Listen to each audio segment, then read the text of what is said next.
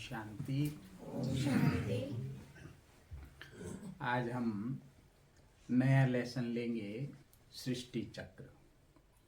हमने पहले लेसन में आत्मा सुना, दूसरे में परमात्मा और कल तीसरे लेसन में हमने राजयोग सीखा। आज हम सृष्टि चक्र के बारे में बात करेंगे। सृष्टि चक्र से पहले हम समझते हैं कि रोज का जो चक्र चलता है, एक दिन का जो चक्र चलता है, वो कैसे चलता है।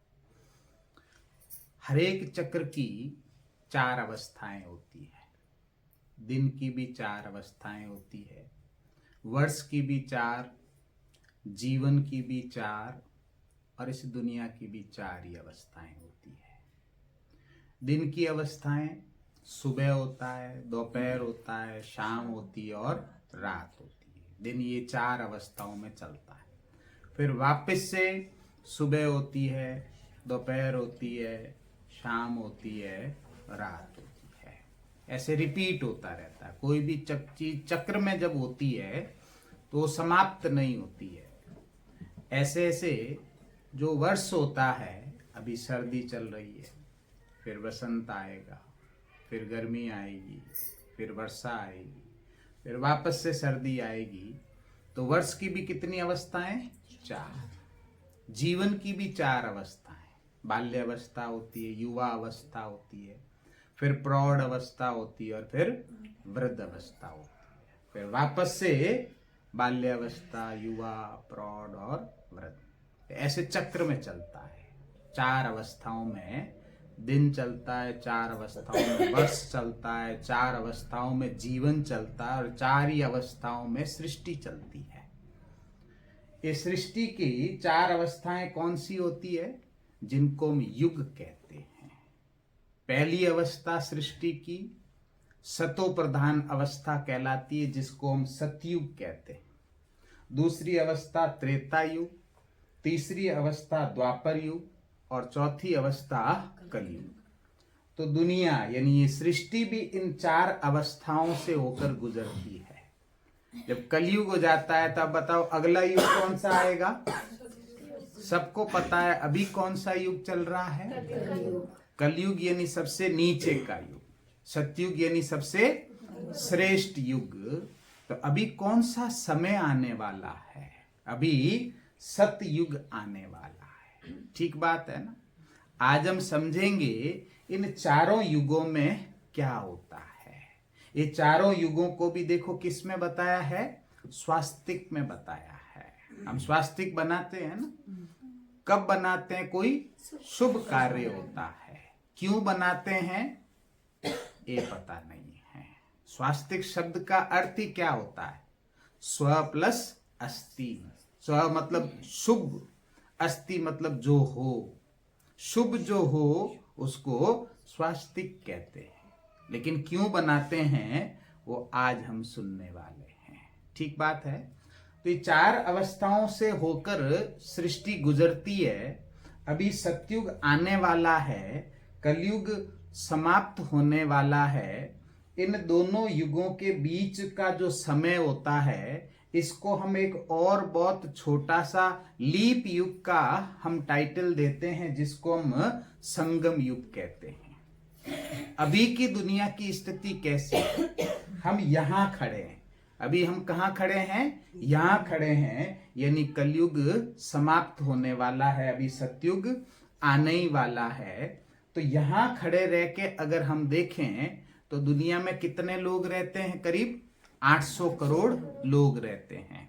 कितने देश है दुनिया में? करीब 200 से 250 के करीब देश हैं। इतने सारे देश, इतने सारे लोग इस दुनिया में रहते हैं। लेकिन अभी ध्यान से सुनेंगे, जब सतयुग की शुरुआत होती है तो इस पूरी धरती पर एक ही देश होता है। 200-250 देश नहीं होते। कितना देश होता है? एक ही देश। कौन सा देश होगा वो? भारत होगा। एक ही देश भारत होता है, बाकी कोई देश नहीं होता। इस पूरी धरती की जो पॉपुलेशन, जनसंख्या होती है, वो केवल कितनी होती है? 9 लाख। अभी कितनी है? 800 करोड़। 1 करोड़ भी नहीं होती है, कितनी होती है, उसका भी 10वां हिस्सा से भी कम, केवल 9 लाख पॉपुलेशन होती है। यहाँ 9 लाख पॉपुलेशन से सतयुग की शुरुआत होती है। फिर सतयुग खत्म होते होते पूरी दुनिया की पॉपुलेशन कितनी हो जाती है, 2 करोड़। फिर त्रेता खत्म होते होते दुनिया की पॉपुलेशन कितनी हो जाती है, 33 करोड़। फिर यहां आते आते यहां आएंगे तो पॉपुलेशन कितनी हो जाएगी, 800 करोड़, जितनी की अभी हो गई है। ठीक बात है। 9 लाख, 2 करोड़, 33 करोड़, और यहां 33 से कितना करोड़, 800 करोड़। ऐसे पॉपुलेशन बढ़ती जाती है, प्रकृति का नियम है। अति के बाद फिर अंत होगा। तो हमारे मन में विचार आता है कि इतने 800 करोड़ लोग हैं, केवल सतयुग की शुरुआत में 9 लाख ही रहेंगे, तो फिर बाकी कहां जाएंगे? क्वेश्चन है नहीं है। हमने सीखा था कि हम सब आत्माएं आई कहां से हैं, परम धाम से। अभी वापस कहां जाएंगे, सब परम धाम में जाएंगे। और परम धाम में सारी आत्माएं, देखो आत्मा न कभी पैदा होती है न कभी मरती है, अजर अमर अविनाशी होती है ना। तो आत्मा है, तो या तो इस धरती पे रहेगी या परम धाम रहेगी। अभी इतनी 800 करोड़ आत्माएं इस धरती पे है, तो वहां अगर सतयुग के शुरुआत में 9 लाख आत्माएं धरती पे रहेंगी, तो फिर बाकी आत्माओं को कहां जाना होगा, अपने घर जाना होगा, परम धाम जाना होगा। तो सभी आत्माएं बाकी की परम धाम में चली जाएगी। परम धाम में वहां जाकर इकट्ठी हो जाएंगी, और जैसे यहाँ 9 लाख आत्माएं इस धरती पे उतरेंगी, और फिर जैसे जैसे समय आगे बढ़ेगा तो और आत्माएं उतरेगी। यहाँ जैसे 2 करोड़ उतर जाएगी, 33 करोड़ उतर जाएगी, फिर और पॉपुलेशन बढ़ती जाएगी।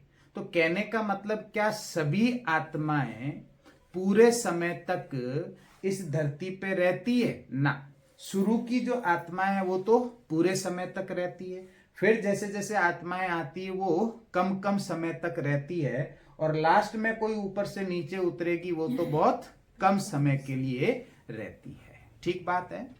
ये जो सृष्टि का चक्र हम 4 अवस्थाओं में देखते हैं, ये चक्र की आयु कितनी होती है? जैसे वर्ष की आयु होती है ना, 365 दिन का एक वर्ष होता है, 24 घंटे का एक दिन होता है। ऐसे ऐसे क्लास के बाद ऐसे ऐसे ये जो चक्र है सृष्टि का, ये कितने वर्ष का होता है? 5000 वर्ष का। ठीक बात है ना। तो 5000 वर्ष का ये जो चक्र है, इसके भाग कितने हो गए? 4। 5000 साल के 4 टुकड़े करो तो हर एक टुकड़ा कितने वर्ष का हो गया? 1250। 2 टुकड़े करें 5000 साल के तो कितने कितने हो गए? 2500। तो 2500 इधर और 2500 इधर, तो 2500 के भी 2 टुकड़े करेंगे तो कितना हो जाएगा? 1250। तो 1250 साल तक सतयुग रहता है, फिर 1250 साल तक त्रेता युग रहता है, अगले 1250 साल द्वापर युग, और आखिर के 1250 साल कलयुग। तो ये 4 युगों में 1250 साल का हर एक युग अगर होता है तो टोटल 5000 साल बनते हैं। ये बहुत बड़ा चक्र है। आप कहेंगे ये चक्र के बारे में हमने पहले कभी सुना नहीं था। ये पूरा सेशन होगा तो आपको पता चल जाएगा कि हमने पहले ऐसे 5000 साल का क्यों नहीं सुना। हम तो आज तक कितना सुनते आए, सतयुग लाखों साल सुनते आए, कलयुग भी इतना साल सुनते आए, तो ये नई बात कैसे हम सुन रहे हैं। तो ये 5000 साल का जो साइकिल है, इसको थोड़ा सा हम डिटेल में समझते हैं। अभी कलयुग है, फिर सतयुग आएगा, तो इतने सारे ये जो मनुष्य आत्माएं हैं, ये परम धाम चली जाएंगी। ऐसे कैसे चली जाएंगी? अभी तो विज्ञान इतना प्रगति कर रहा है, इतना सारा बिल्डिंग्स बना रहे हैं, इतनी रोड्स, रेलवे लाइंस, एयरपोर्ट, इतना सारा सब कुछ ये कंस्ट्रक्शन हो रहा है। तो होते होते क्या ऐसी कोई घटना घटेगी? बिल्कुल। नया अगर कुछ भी बनाना होता है, नया मकान बनाएंगे तो पुराना बना हुआ मकान को क्या करना पड़ेगा? हटाना पड़ेगा। ऐसे नहीं समझना कि कोई प्रलय हो जाएगी। प्रलय कभी भी होती नहीं है। प्रलय मतलब पूरी धरती पे सब कुछ समाप्त हो जाएगा, सब कुछ समाप्त हो जाएगा, फिर मनुष्य कहाँ से आएगा? मनुष्य तो मनुष्य से ही आता है। तो ऐसा नहीं है कि प्रलय हो जाएगा, लेकिन इसको हम एक सुंदर शब्द क्या देते हैं? परिवर्तन देते हैं। पुराने के जगह नया, जैसे पुराने मकान की जगह नया मकान बनता है, तो ये सारी सृष्टि क्या बन जाएगी? नई बन जाएगी। इस दुनिया में इन आंखों से जितना भी जो कुछ हमें दिखाई देता है, ये सब परिवर्तन होगा। नई दुनिया जो होती है सतयुग में, वो सतो प्रधान होती है। यहां जो पुरानी दुनिया में चाहे ये शरीर हैं, चाहे वस्तुएं हैं, चाहे पेड़ पौधे हैं, चाहे पशु पक्षी हैं, जितना भी प्रकृति है वो सारी तमो प्रधान है। तमो प्रधान मतलब सबसे डिग्रेडेड है। अब सबसे अपग्रेडेड अगर कोई होंगी तो डिग्रेडेड पूरा क्या करना पड़ेगा? खत्म, और सब कुछ नया होगा। तो ये जो सब कुछ नया होगा, इसकी विधि क्या रहेगी? इसकी विधि ये रहेगी कि अभी निकट भविष्य में, बहुत निकट भविष्य में बहुत बड़ा परिवर्तन होगा। बहुत बड़ा परिवर्तन नेचुरल कैलेमिटीज के रूप में, प्राकृतिक आपदाओं के रूप में होगा। बहुत बड़े बड़े भूकंप आएंगे, ज्वालामुखी फटेंगे, समुद्र में बहुत बड़ी हलचल होगी, बहुत गर्मी बढ़ेगी। तो ये सारा कुछ परिवर्तन नेचुरल कैलेमिटीज से होगा। दूसरा, जो अभी तक इतना सारा विज्ञान ने, अलग अलग विकसित देशों ने विशेष रूप से जो ये हथियार बनाए हैं, जो बॉम्ब्स बनाए हैं, ये भी इस्तेमाल होंगे। सारी दुनिया कहती है वर्ल्ड वॉर होगा, बिल्कुल वर्ल्ड वॉर भी होगा। तो विश्व युद्ध और प्राकृतिक आपदाओं द्वारा ये पुरानी सृष्टि की समाप्ति होगी और नई सृष्टि की शुरुआत होगी। तो पुरानी सृष्टि की जो समाप्ति होगी, इनमें ये सभी मनुष्य आत्माएं अपना शरीर छोड़ के कहाँ चले जाएंगे? परम धाम। और परम धाम कोई परमानेंट नहीं चले जाएंगे, फिर धीरे धीरे इस सृष्टि पर उतरते रहेंगे। परम धाम अभी कोई जाना चाहे जा नहीं सकता। अभी एक भी मनुष्य आत्माएं वापस नहीं जा सकती है। जाने का जो गेट खुलता है या जाने का जो समय होता है, सभी का एक साथ होता है। जाएंगे एक साथ, फिर उतरने का जो समय होता है, यानी इस धरती पे आने का समय होता है, वो पूरे 5000 साल में आते रहते हैं, लेकिन जाते कितनी बार है? एक ही बार, और सभी ऐसे एक साथ ऊपर जाते हैं। अभी जो नई दुनिया आएगी, उस नई दुनिया में क्या होने वाला है? पुरानी दुनिया का सबको पता है, इतने देश, इतना पॉपुलेशन, ऐसे सिस्टम से दुनिया चलती है, ये सबको पता है। नई दुनिया का थोड़ा सा हम परिचय लेंगे कि नई दुनिया, जिसको सतयुग कहते हैं, जो सबसे श्रेष्ठ समय, श्रेष्ठ दुनिया, श्रेष्ठ धरती, सतो प्रतान सभी की अवस्था होती है, चाहे हम मनुष्य आत्माएं हों, चाहे प्रकृति हो। तो सतयुग में क्या होने वाला है, उसका थोड़ा सा हम चित्र देखते हैं। सतयुग में हमने एक तो सुना कि पॉपुलेशन कैसी होगी? बहुत कम। देश कितना होगा? एक ही भारत। तो क्या ये अमेरिका ऑस्ट्रेलिया नहीं होंगे? अमेरिका ऑस्ट्रेलिया होंगे, लेकिन सभी रहेंगे कहाँ? जो भी हम लोग होंगे वो रहेंगे कहाँ? इस भारत की भूमि पर ही रहेंगे। हम जो इस भारत की भूमि पे रहेंगे, तो वो देश जो हैं, क्या अभी जैसे हैं वैसी अवस्था में रहेंगे? नहीं। आपने सुना होगा जो धरती है वो 23.5 डिग्री झुकी हुई है। स्कूल जाते हैं उनको पता है। और धरती के साउथ और नॉर्थ पोल पे क्या है? बर्फ जमी हुई है। समय के साथ टेम्परेचर इतना बढ़ेगा कि जो बर्फ जमी हुई है ये क्या हो जाएगी? पिघल जाएगी, और पानी किधर हो जाएगा? समुद्र में। समुद्र का जो तल है वो बढ़ जाएगा, और ये अमेरिका, ऑस्ट्रेलिया जैसे जो कंट्रीज हैं, ये कंट्रीज का अभी जो धरातल, जो धरती है, वो धरती क्या हो जाएगी? कम। और ये एक टापू के जैसे रहेंगे। क्या भारत नहीं डूबेगा? ना, भारत डूबेगा, लेकिन भारत का जो किनारा किनारा है ना, जैसे मुंबई वगैरह, ये किनारा किनारा डूबेगा, बाकी भारत पूरा नहीं डूबेगा। वो कंट्रीज भी संपूर्ण रूप से नहीं डूबेंगे, लेकिन उनका एरिया बहुत ज्यादा कम हो जाएगा, भारत का इतना एरिया कम नहीं होगा। तो एक भारत देश में ही सब रहेंगे, अमेरिका ऑस्ट्रेलिया भी रहेंगे, लेकिन वहां पे रहेंगे नहीं। जो महल बना के रहेंगे वो यहीं रहेंगे भारत में। वहां जो लोग होंगे वो हमारे जैसे नहीं होंगे, यानी होंगे तो हमारे जैसे ही, 2 आंखें होंगी, 2 कान, हाथ पांव होंगे तो ऐसे ही, लेकिन उनकी अवस्था, आत्माएं सब कैसी होंगी वहां? सतो प्रधान। प्रकृति भी कैसी होगी? सतो प्रधान। जैसी प्रकृति यानी जैसा रॉ मटेरियल होगा, फिनिश गुड्स भी वैसा ही बनता है ना। तो अभी हमारे ये जो शरीर बने हैं 5 तत्वों के, ये पांचों तत्व तमो प्रधान है, इसलिए शरीर भी कैसे बने हैं? तमो प्रधान। कई तरह की बीमारियां, बीमारियां मतलब कीड़े लगते हैं, तो कई तरह की बीमारियां हमारे इस शरीर में होती है। लेकिन आप सोच के देखो कि सतयुग में जो लोग होंगे वो कैसे होंगे? सतो प्रधान शरीर वाले। ये सतो प्रधान शरीर वाले बहुत सुंदर होंगे। जैसे 9 लाख पॉपुलेशन होगी ना, तो 9 लाख में से 9 लाख लोग ही जो होंगे वो कैसे होंगे? बहुत सुंदर।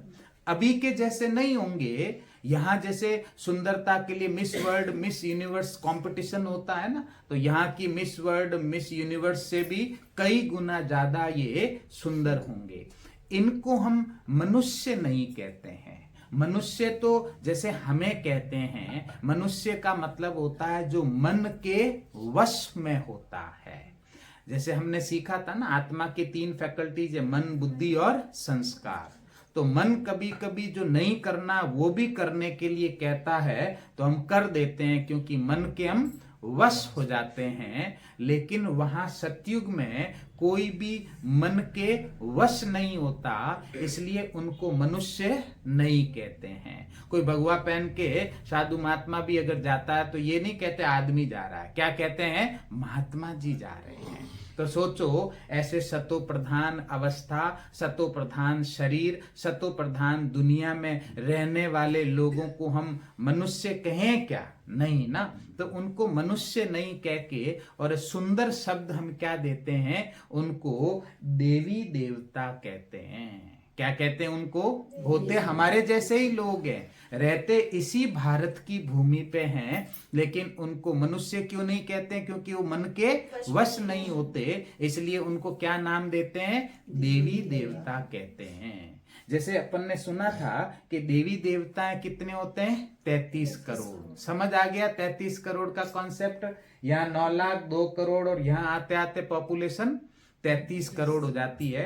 तो ये 33 करोड़ पॉपुलेशन देवी देवताओं की इसी भारत की भूमि पर सतयुग और त्रेता में होती है, इसलिए 33 करोड़ देवी देवताओं का गायन है। ठीक बात है।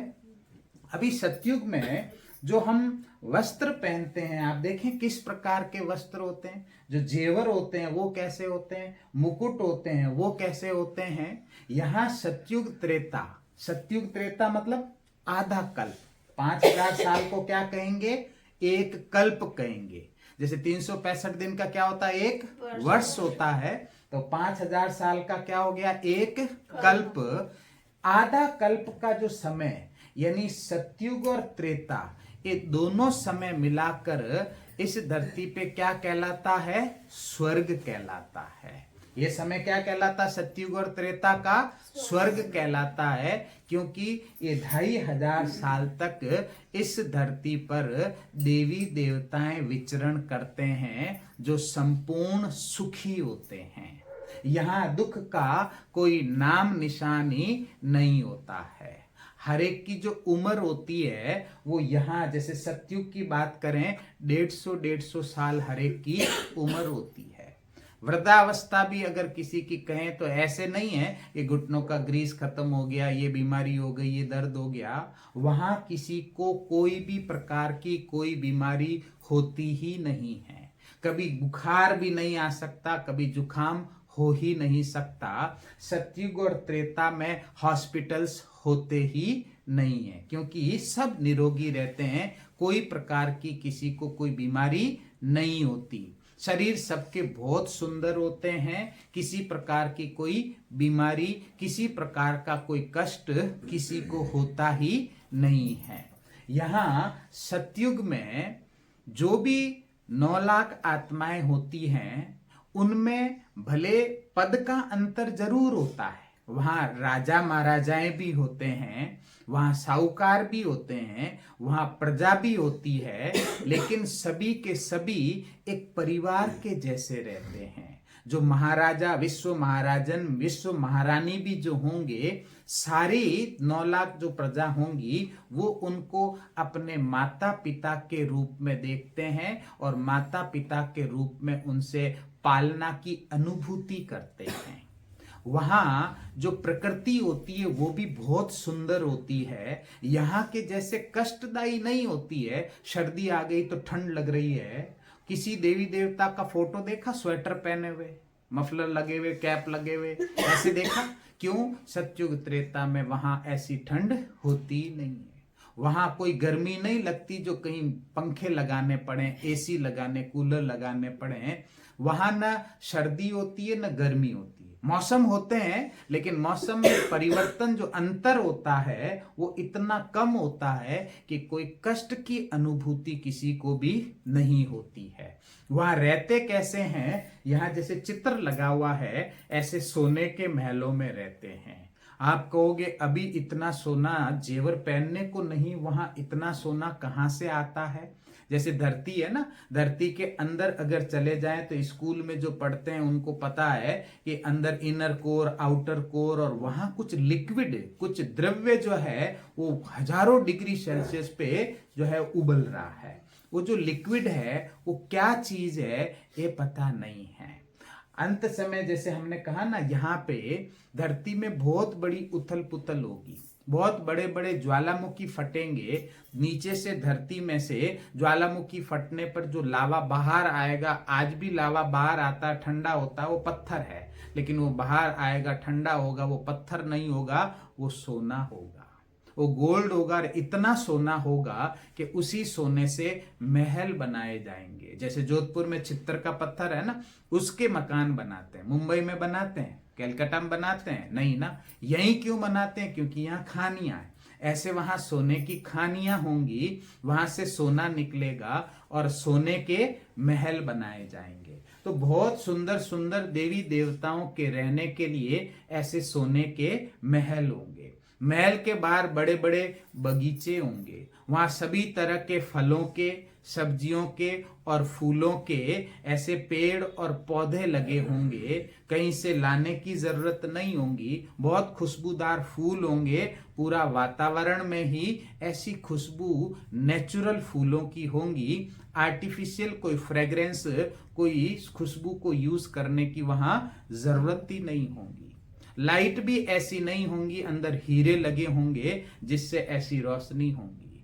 सतयुग में रात होती नहीं है, मतलब सूरज और चांद तो, लेकिन चांद जो है वो पूरा फुल मून होता है, जैसे पूर्णिमा को होता है, ऐसे पूर्णिमा को भी इतनी रोशनी अभी नहीं होती जितनी सतयुग के समय में पूर्णिमा की इतनी रोशनी होती है कि रात भी ऐसे लगता है जैसे दिन हो।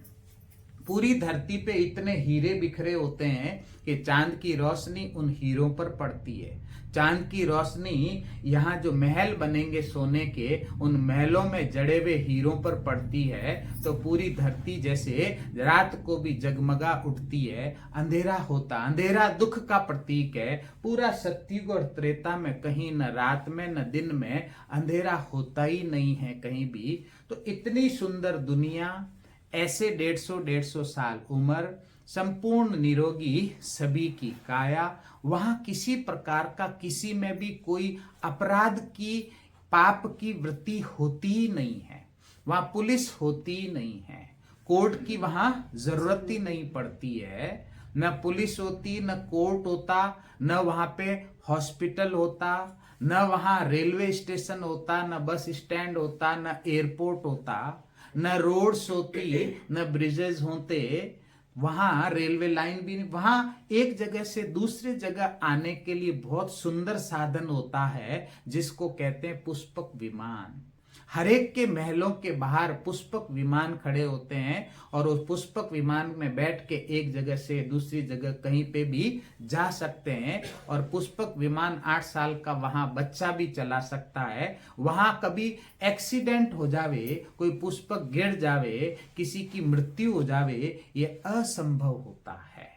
कोई बच्चा अपने कम उम्र में ही मर जावे या कोई 50 साल 60 साल में ही कोई मृत्यु को प्राप्त करे, ये असंभव होता है। प्रकृति के जो पांचों तत्व होते हैं वो दासी के रूप में सभी देवी देवताओं की सेवा करते हैं। अभी प्रकृति कभी कभी कष्ट देती है, कभी गर्मी की अनुभूति कराती है, तो कभी तूफान आ जाते हैं, तो कोई पानी में डूब के मर जाता, किसी को अग्नि जला देती है।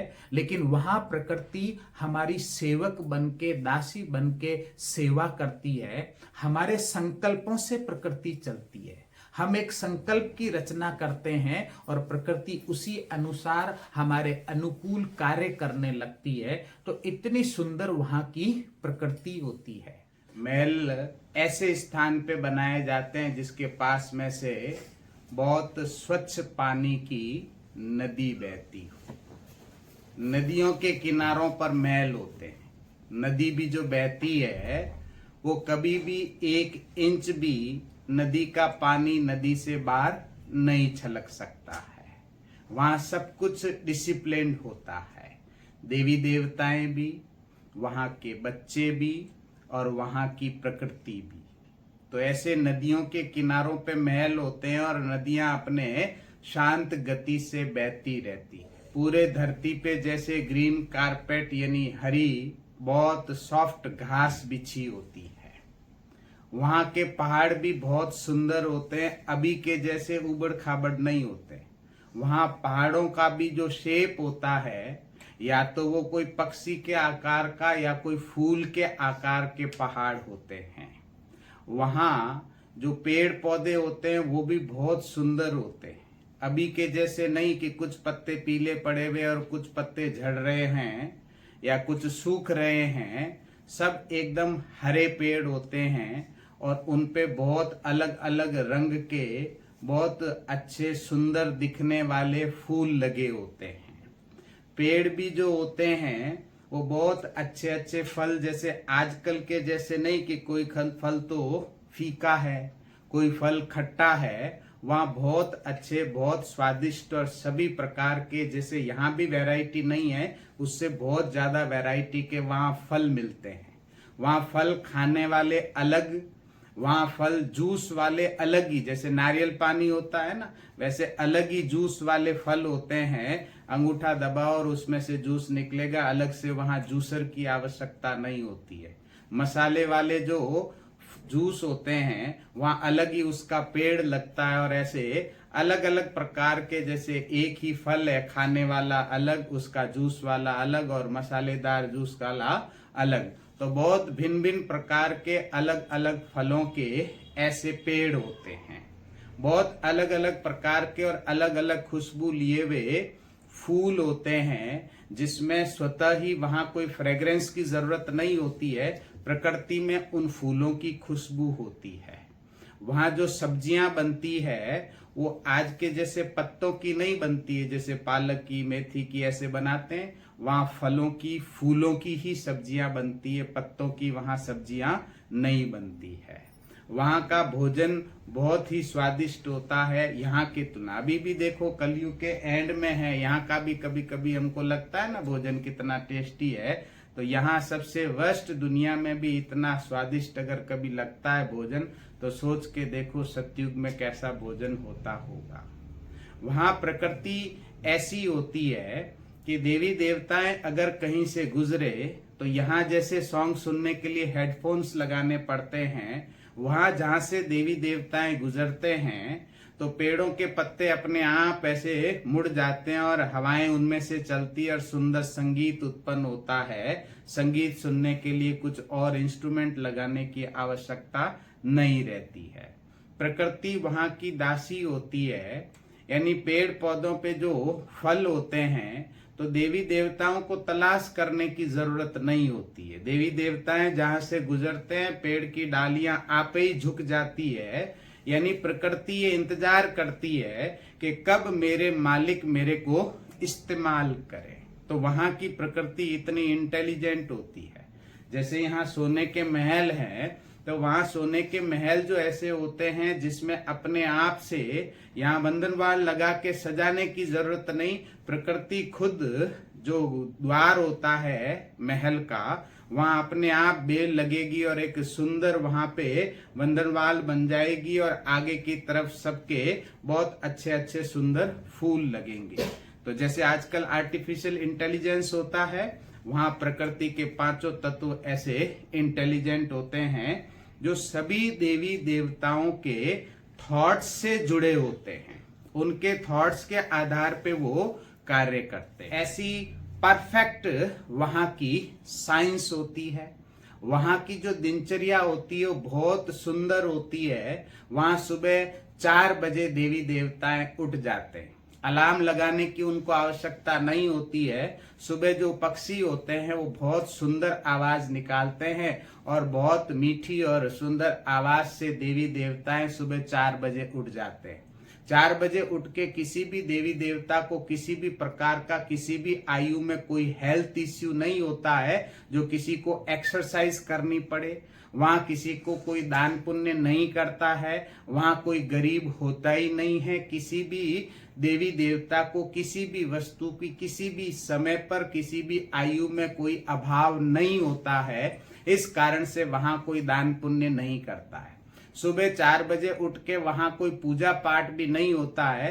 पूरा सतयुग और त्रेता में भगवान क्या होता है, भगवान कोई नाम या कॉन्सेप्ट होता भी है, इनसे सभी देवी देवताएं बिल्कुल अनभिज्ञ होते हैं। वहां कोई भी किसी भी तरह की कोई पूजा या भगवान को कोई प्रार्थना करता हो, मेडिटेशन करता हो, उसकी आवश्यकता ही नहीं होती है।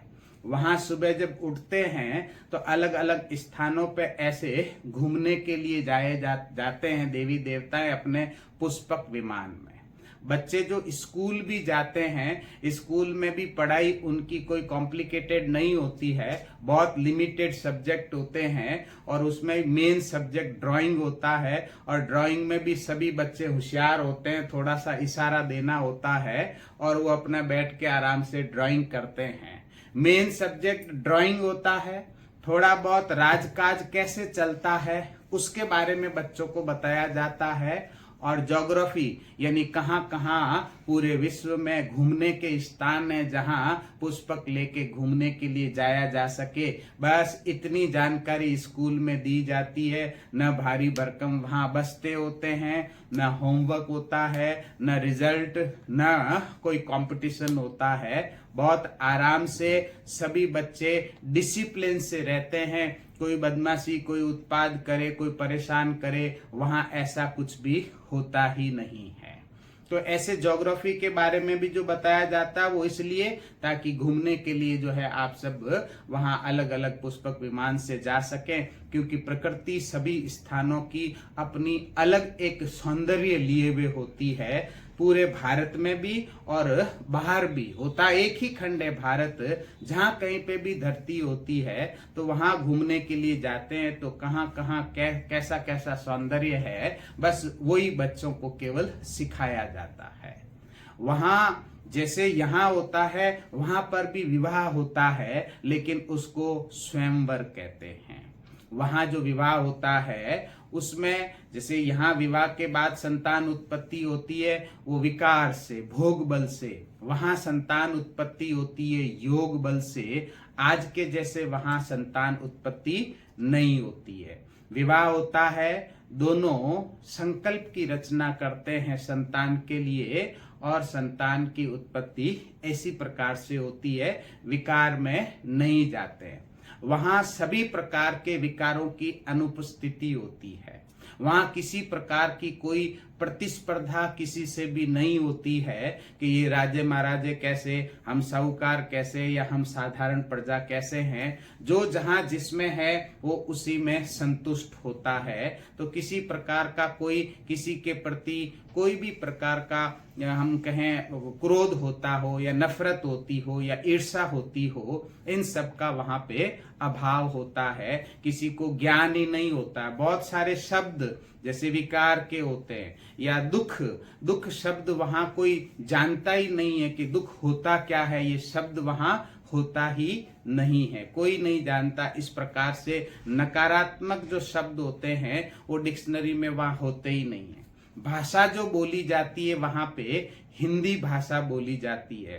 तो पूरे भारत मतलब विश्व हो गया, एक ही भाषा होती है। हाँ, पूरा दिन की जो दिनचर्या रहती है, जैसे सुबह 4 बजे उठते हैं, बच्चे स्कूल जाते हैं, उसके बाद शाम जैसे होती है तो शाम के समय में सभी देवी देवताएं मिलके रास करते हैं। जैसे अपने यहाँ शादी ब्याह होता है, मेहंदी की रस्म होती है, लेडी संगीत होता है, तो एंजॉय करने के लिए वहां रोज एंजॉयमेंट है, रोज वहां उत्सव है, रोज वहां देवी देवताएं मिलके रास करते हैं। सुंदर संगीत, ऐसे इंस्ट्रूमेंट्स होते हैं जैसे आजकल के जैसे कॉम्प्लिकेटेड नहीं होते हैं, बजाने के लिए बहुत ट्रेनिंग लेनी पड़ती है। बहुत सरल, बटन दबाते ही चल जाएं, ऐसे बहुत अच्छे अच्छे सुंदर संगीत उत्पन्न करने वाले इंस्ट्रूमेंट्स होते हैं, उनसे सुंदर संगीत उत्पन्न होता है। और देवी देवताएं जो है वो ऐसे रास करते हैं रोज। जैसे आजकल नाटक देखने के लिए, मूवी देखने के लिए पिक्चर हॉल में जाते हैं, वहां लाइव परफॉर्मेंस होता है। जो नाटककार होते हैं और रोज लाइव अलग अलग प्रकार का मनोरंजन के लिए परफॉर्मेंस देते हैं अपनी। वहां के जो जानवर होते हैं, पशु पक्षी जितने भी होते हैं, वो बहुत सुंदर होते हैं, बहुत डिसिप्लिन्ड होते हैं। ऐसे नहीं महलों में आ जाए, ऐसे नहीं कायदे से विपरीत कुछ करे, कहीं गंदगी कर दे, सब बहुत डिसिप्लिन में रहते हैं। देवी देवता एक संकल्प करते हैं कि 50 शेर आ जाएं, 50 शेर उपस्थित हो जाएंगे। लेकिन वहां जो शेर होते हैं वो यहाँ के जैसे हिंसक नहीं होते हैं। वहां किसी प्रकार की किसी भी जानवर में या किसी भी देवी देवता में कोई प्रकार की हिंसा नहीं होती है कि किसी को नुकसान पहुंचा दिया जाए। वहां पे भी शेर होते हैं, लेकिन शेर हिंसा नहीं करते, शेर शिकार नहीं करते हैं। तो वहां संकल्प अगर करें देवी देवताएं, 50 शेर उपस्थित हो जाएं, 50 शेर उपस्थित हो जाएंगे और उपस्थित होके और अपना वो खेल, जैसे जिम्नास्टिक में जैसे सर्कस में खेल दिखाते हैं, ऐसे वो पशु जो है ऐसे खेल दिखाते हैं। संकल्प करें कि ऐसे शाकाहारी होते हैं। जैसे संकल्प करें ऐसे कि इतने शेर उपस्थित हो जाएं, इतने मोर उपस्थित हो जाएं। जिनकी संकल्प करेंगे वो उपस्थित हो जाएंगे और वो अपना अलग अलग प्रकार से खेल दिखाएंगे। तो इस तरह से सारी प्रकृति, सारे पशु, सारे पक्षी, वो सब कुछ देवी देवताओं की सेवा के लिए उपस्थित होते हैं। पक्षी भी उड़ते हैं, तो आजकल जैसे अगड़म बगड़म नहीं उड़ते हैं। पक्षी वहां कैसे उड़ते हैं, जैसे पुष्पक विमान होते हैं। सपोज करो वहां बारात जा रही, बारात जाएगी नहीं जाएगी, बारात तो जाएगी, लेकिन ऐसे आजकल के समय के जैसे पैदल ऐसे बारात नहीं जाती है। बारात भी वहां कैसे जाती है, पुष्पक पे। पुष्पक का भी प्रोटोकॉल चलता है। महाराजा महारानी का पुष्पक होगा वो अलग होगा, बाकी जो है वो मंत्री, जो भी मंत्री मतलब उनके रॉयल फैमिली के जो सदस्य होते हैं, साहूकार होते हैं, तो ऐसे सीक्वेंस में उनके पुष्पक जाते हैं। पुष्पक का जो सीक्वेंस चलने का होता है, जैसे एक पुष्पक यहाँ आगे चला, दूसरा पुष्पक यहाँ, तीसरा यहाँ, चौथा यहाँ, पांचवा यहाँ, इसी प्रकार से इस पहले पुष्पक के पीछे ऐसे ऐसे मतलब ऐसे वी का आकार बनाते हैं। पहला दूसरा तीसरा चौथा, पहला दूसरा तीसरा चौथा, ऐसे वी का आकार जो है ऐसे आड़ा वी का आकार बनाते हुए ऐसे पुष्पक जाते हैं। तो पुष्पक भी ऐसे जो है कुछ सिमेट्री में जाते हैं। जैसे 26 जनवरी 15 अगस्त होता है तो ऐसे प्लेन उड़ाते हैं ना, तो कैसे सिमेट्री में प्लेन उड़ाते हैं, अलग अलग डिजाइन में प्लेन उड़ाते हैं, तो ऐसे पुष्पक उड़ते हैं वहां पे। इसी प्रकार से इसको कॉपी करते हुए वहां के पक्षी भी उड़ते हैं। आजकल भी अभी आपने देखा होगा ना कि पक्षी कभी कभी वैसे तो अगड़म बगड़म उड़ते हैं, लेकिन कभी कभी ऐसा उनका जब मन अच्छा होता होगा तो आजकल भी ऐसे उड़ते देखे ना, सिमेट्री में एक लाइन में उड़ते हैं, एक लाइन ऐसी बनाते हैं, एक लाइन ऐसी। वो कहां से कॉपी किया हुआ है? वो यहां से कॉपी किया हुआ है। हम तो बहुत सारी चीजें, बहुत सारी बातें भूल गए हैं, लेकिन पक्षियों में अभी भी यहां से कॉपी की हुई बात 5000 साल बाद भी कभी कभी वो देखने को हमको जो मिलती है, वो इस कारण से हमको वो देखने को मिलती है। वहां जो सोना होता है तो जल्दी सोना होता है। अभी के जैसे 11 बज गए, 12 बज गए, ऐसा वहां का दिनचर्या नहीं होता है। वहां जो सोना होता है वो इसलिए नहीं होता है कि देवी देवताएं थक गए। देवी देवताओं में कभी भी किसी प्रकार की कोई थकान नहीं होती है। देवी देवताओं को बहुत हार्ड वर्क किसी को नहीं करना होता है। अभी के जैसे हम बहुत काम करते हैं, पसीना आता, पसीने से स्मेल आती है, वहां ना तो देवी देवताओं को पसीना आता है, ना उनके पसीने से, पसीना ही नहीं आएगा तो स्मेल तो बॉडी से आना संभव ही नहीं है। ये अभी हमारा जो शरीर तमो प्रधान प्रकृति से बना है, इसलिए इसमें स्मेल होती है। वहां के शरीर में किसी प्रकार का कोई स्मेल होता नहीं है। तो देवी देवताएं जो सोते भी हैं तो अपने समय पर सोते हैं, लेकिन थकान की वजह से सोते हो ऐसा नहीं। जो दिनचर्या प्रकृति का समय होता है वो सारे देवी देवताएं ऐसे इस तरह से डिसिप्लिन, उनका जो पूरा दिन का ऐसे दिनचर्या रहता है। ठीक बात है।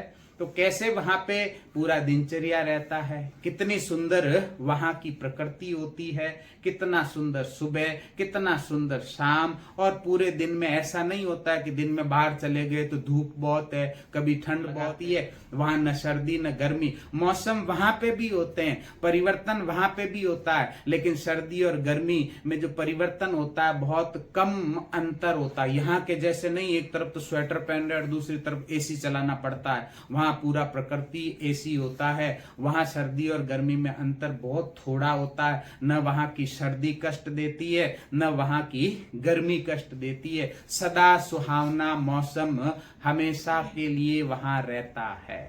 वहां की रात भी होती है तो बहुत सुंदर होती है। अभी के जैसे नहीं अंधेरा हो गया पूरी धरती पे, वहां रात में कहीं भी रिंचक भी अंधेरा होता ही नहीं है। देवी देवताएं अंधेरा शब्द जानते ही नहीं है। देवी देवताएं पूरे जिंदगी में कभी अंधेरे को देखते ही नहीं है। रात भी होती है तो वहां सदा रात को पूर्णिमा होती है। दिन में सूर्य उदय होता है, सूरज जैसे ही छुपता है और वहां चांद निकल आता है।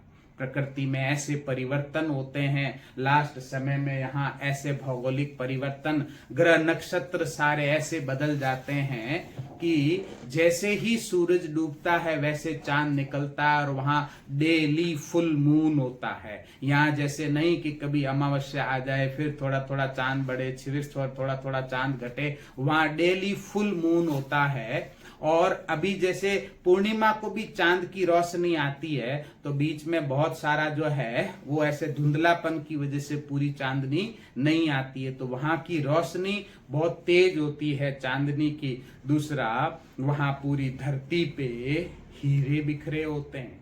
उन हीरों पर जब ऐसे चांद की चांदनी पड़ती है तो पूरी धरती ऐसे जगमगा उठती है। वहां रात का या अंधेरे का कहीं कोई आभास होता ही नहीं है।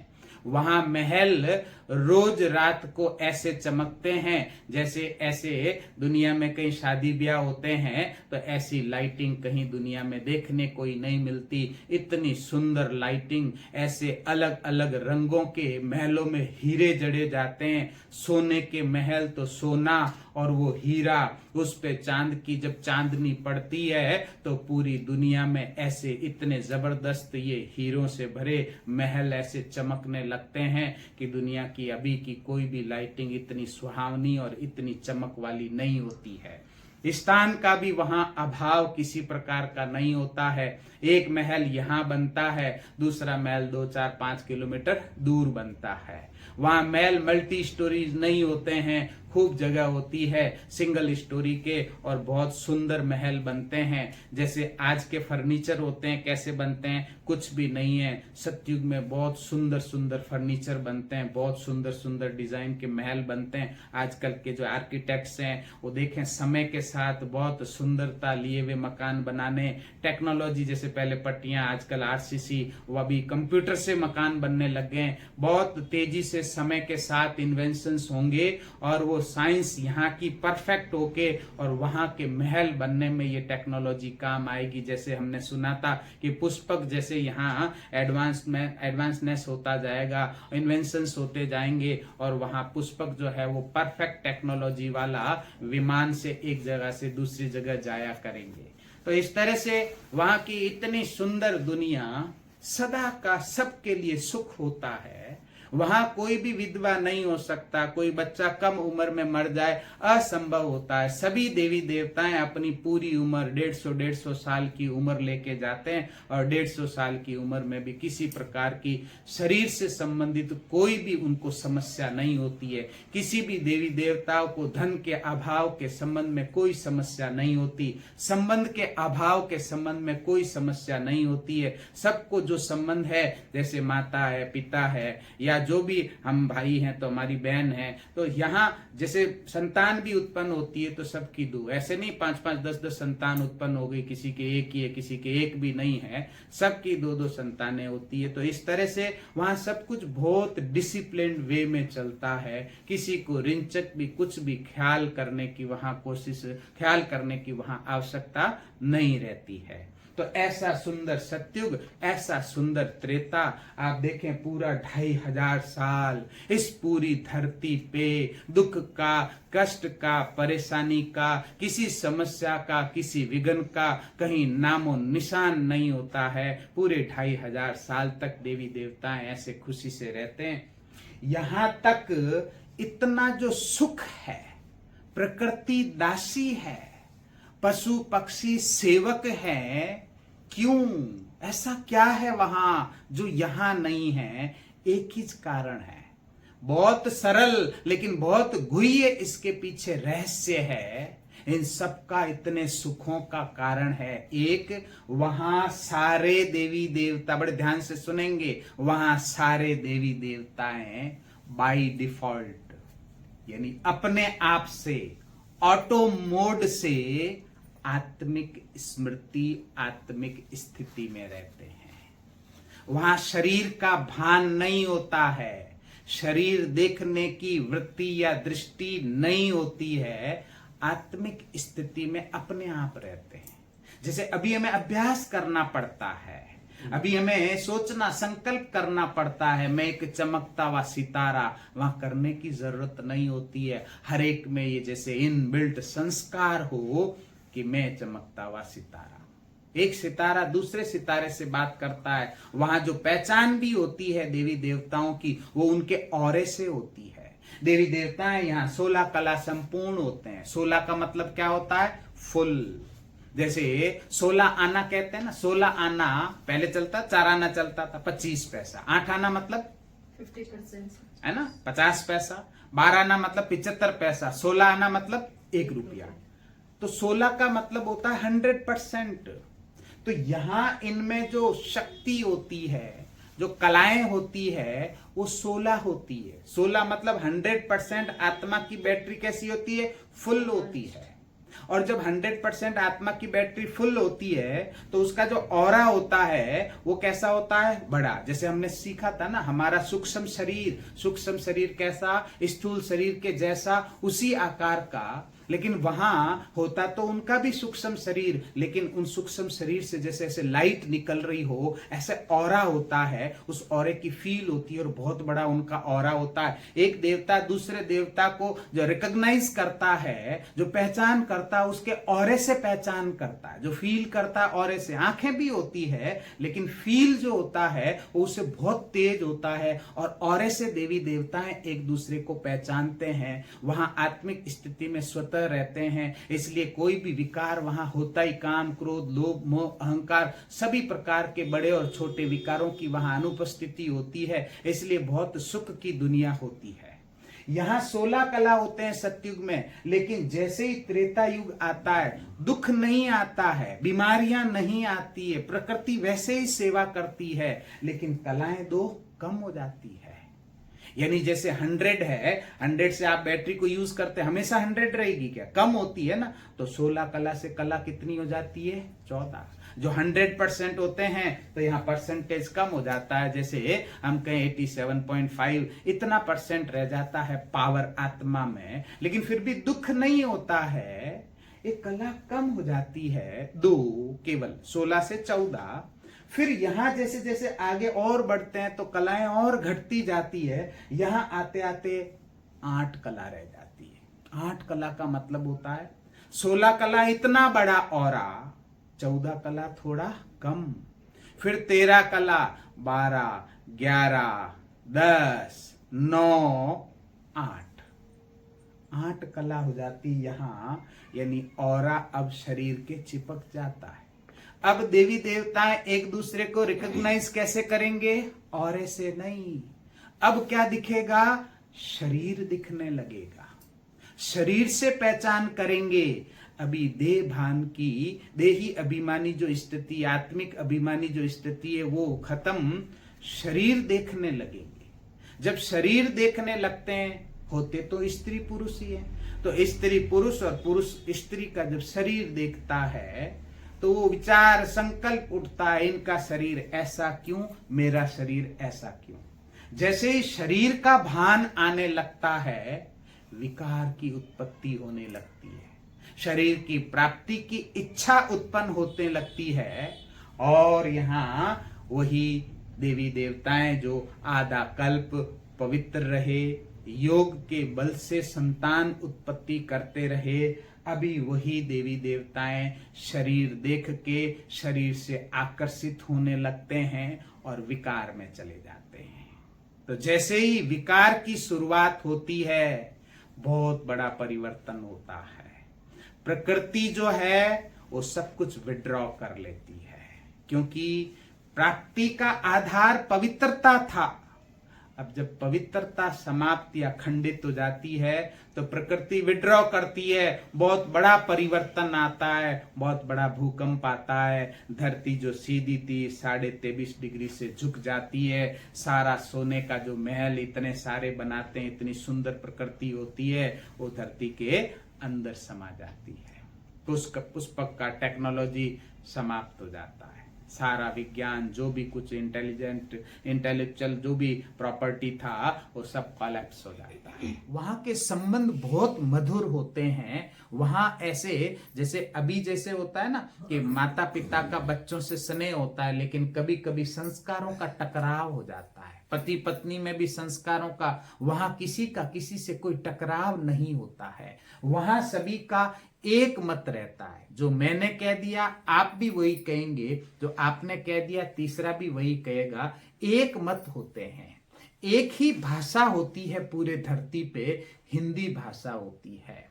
एक ही राज होता है, ऐसा नहीं उसका राजा का राज ये और इस राजा का राज ये, एक ही राज होता है, एक ही धर्म होता है। इतने सारे अभी धर्म है ना, वहां एक धर्म होता है। कौन सा धर्म होता है? आदि देवी देवता सनातन धर्म, ये सबसे पुराना धर्म, और यही धर्म सतयुग और त्रेता में होता है। तो इस तरह से ये सतयुग की जो दुनिया होती है वो बहुत सुंदर, बहुत सुखदायी और संबंधों से भी बहुत ज्यादा सुखों की अनुभूति कराने वाला ये सतयुग और त्रेता का समय होता है। ठीक बात है। अभी सतयुग और त्रेता जैसे ही यहाँ समाप्त हो जाते हैं, और जैसे ही सतयुग त्रेता की समाप्ति होती है, यहाँ 2500 साल पूरे हो जाते हैं। देखो कोई भी चीज नई होती है वो क्या होती है? पुरानी। यहाँ जैसे हम आत्माएं ऊपर से आएंगे तो ये आत्माएं कैसी होंगी? फुल, यानी 7 गुणों में हम कैसे होंगे? फुल।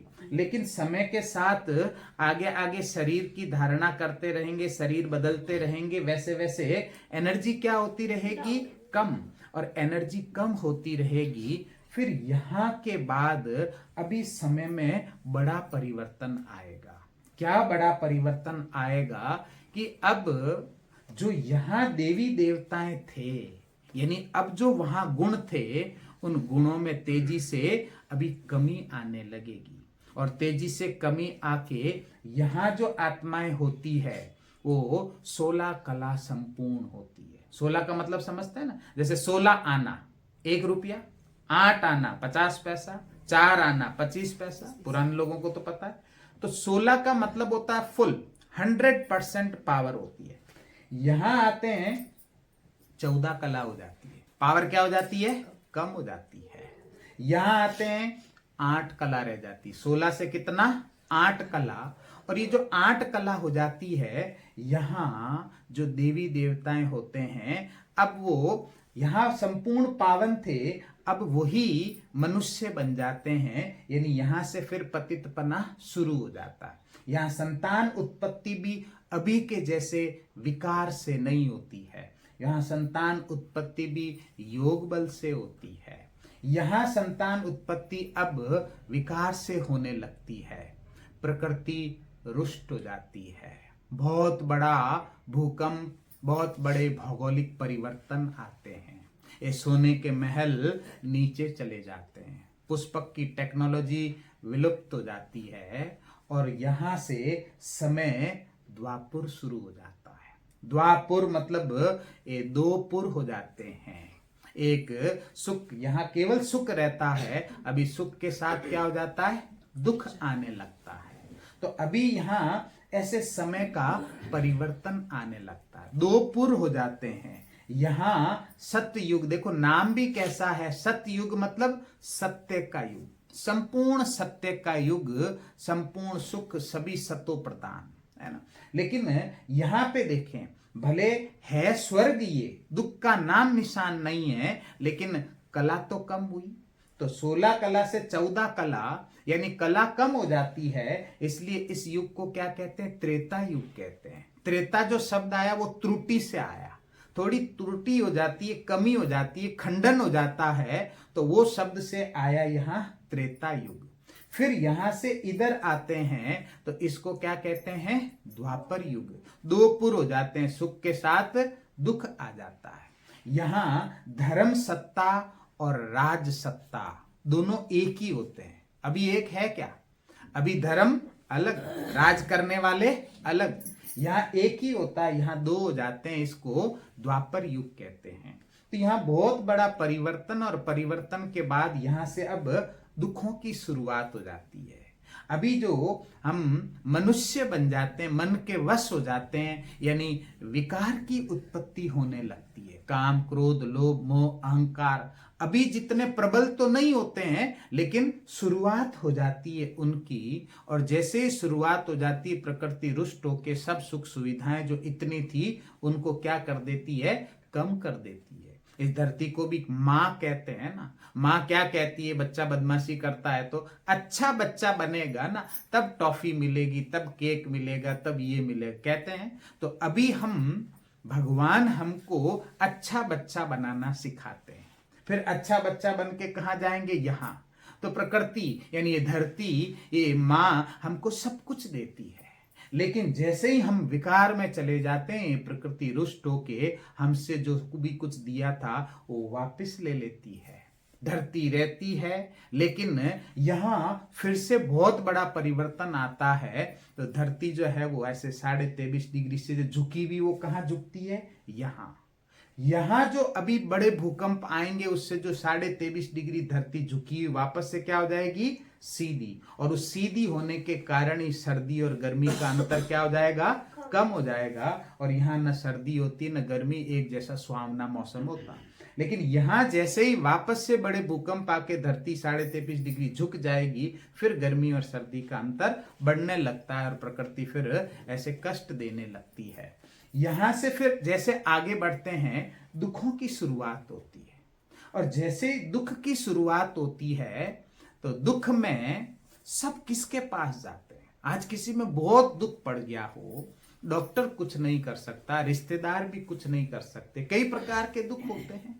तो जब कोई कुछ नहीं कर सकता है, तो बताओ व्यक्ति की नजर किधर जाएगी, भगवान की तरफ। ये जो अभी हो रहा है ना, कि दुख या अति दुख में भगवान को याद करते हैं, आत्मा जो है ना, इसमें सब कुछ रिकॉर्ड होता है। ये बहुत गहरी छाप इस आत्मा पर पड़ जाती है कि अति दुख होने पर भगवान को याद करते हैं। ये जो छाप होती है यहाँ बहुत गहरी पड़ जाती है, क्योंकि समय के साथ आप देख रहे हैं दुख क्या हो रहे हैं, बढ़ रहे हैं, है ना।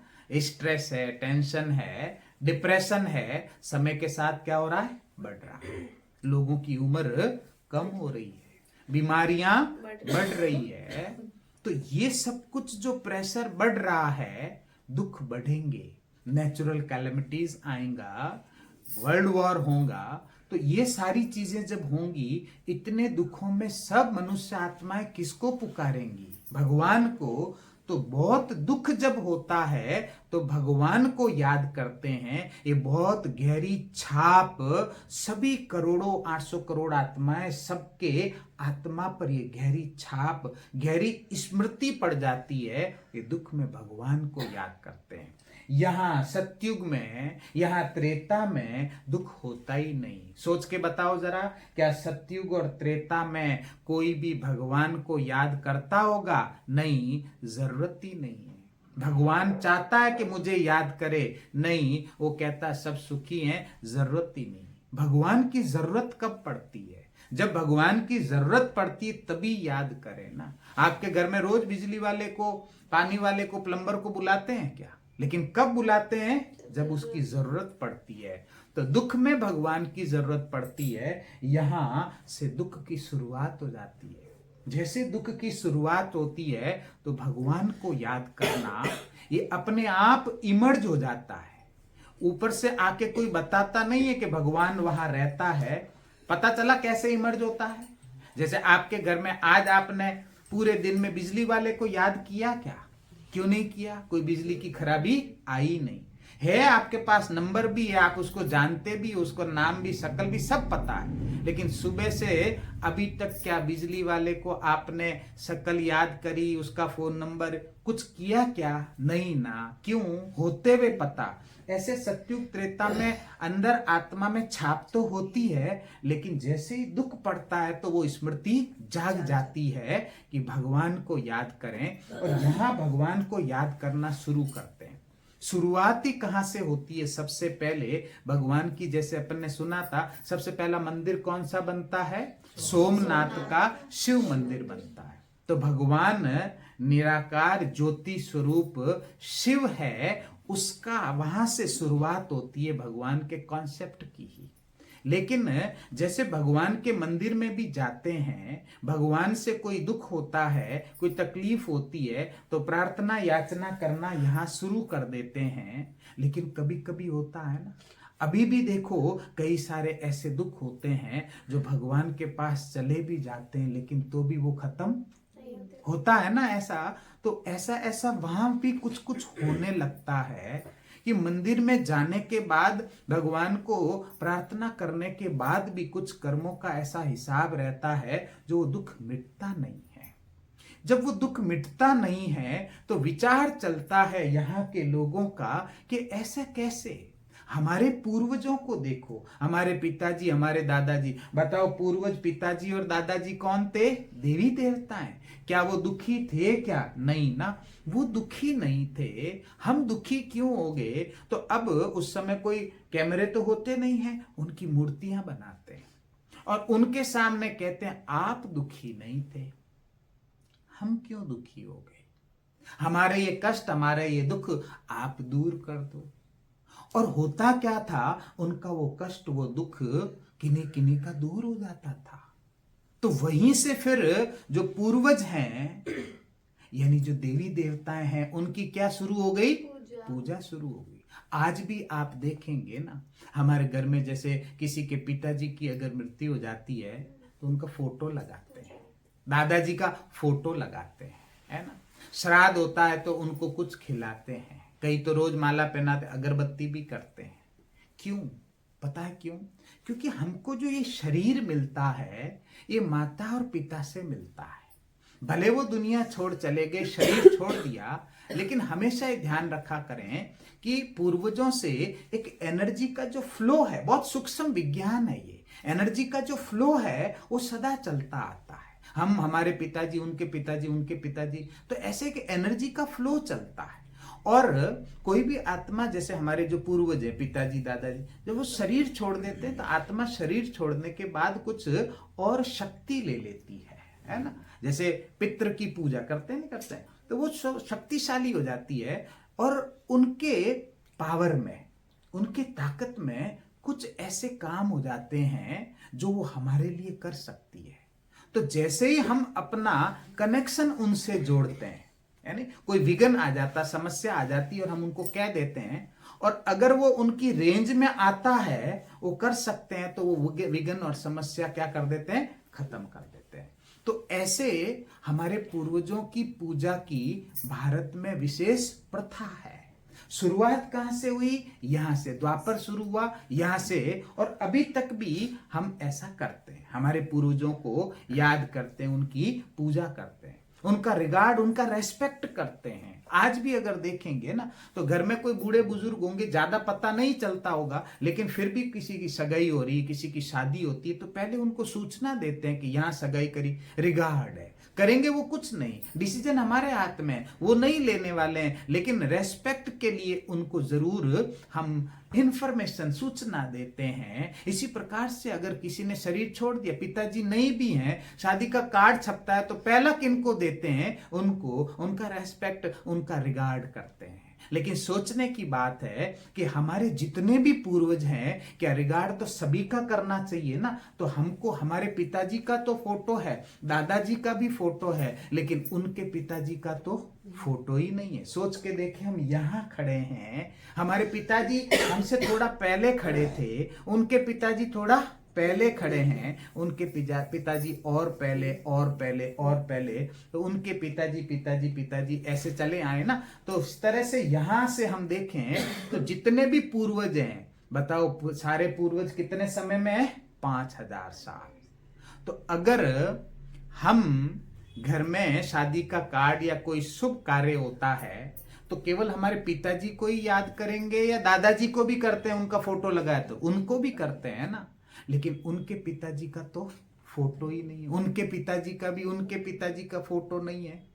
इसीलिए कोई भी शुभ कार्य होता है तो हम ये स्वास्तिक बना देते हैं। तो स्वास्तिक आज तक बनाते थे क्योंकि सब बनाते थे, लेकिन आज के बाद बनाओ तो इस स्मृति, इस भाव के साथ बनाना कि हमारे जितने भी पूर्वज हैं, उन सभी पूर्वजों की स्मृति, उन सभी पूर्वजों के सम्मान, उन सभी पूर्वजों के आशीर्वाद, उन सभी पूर्वजों के एनर्जी का फ्लो, वो प्राप्त करने के लिए हम ये स्वास्तिक बना रहे हैं। तो यथार्थ अर्थ होगा ये स्वास्तिक बनाने का। स्वास्तिक मतलब केवल लाइनें नहीं, जब तक भाव नहीं हो तब तक खाली स्वास्तिक बनाने का फायदा भी नहीं होता है।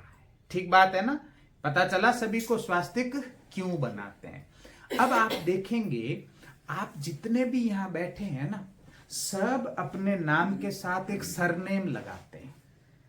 आपका जो सरनेम होता है ना, उसी अनुसार आपके कुल देवी और कुल देवता होते हैं। होता है नहीं होते हैं? आपका जो सरनेम होगा उसी अनुसार आपके कुल देवी और कुल देवता, भले जाति वही है लेकिन उसमें भी अलग अलग जो गोत्र होती हैं, उस अनुसार आपके कुल देवी और कुल देवता। कौन अपॉइंट करता है? गवर्नमेंट अपॉइंट करती है कि आपके कुल देवता कुल देवी? कौन अपॉइंट करता? सोचना, यहां खड़े हैं हमारे पिताजी, उनके पिताजी पिताजी पिताजी पिताजी, यहां खड़े हो जाओ। अब लास्ट त्रेता में हमारे जो माता और पिता रहे थे, बताओ वो कौन रहे थे? देवी और देवता।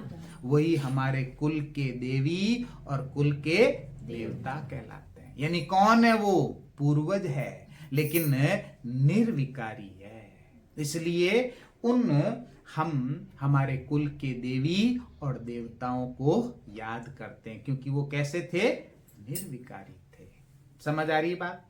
अब यहां हम थे और शिव की पूजा करने लगे, साथ में पूर्वज यानी देवी देवताओं की क्या करने लगे? पूजा। पता चला ना क्यों करने लगे? क्योंकि हमारे वो पूर्वज है, पूर्वजों से एनर्जी का फ्लो आता है, उनके पास कुछ पावर होता है, वो हमारे विघ्न को कुछ हद तक मिटा सकते हैं। लेकिन फिर भी समय जैसे आगे बढ़ेगा तो दुख भी क्या होगा, बढ़ने वाला है। क्योंकि यहाँ जैसे जैसे हम आगे बढ़ेंगे दुख यहाँ के अति को पाएगा, तो जो बढ़ेगा वही तो अति को पाएगा।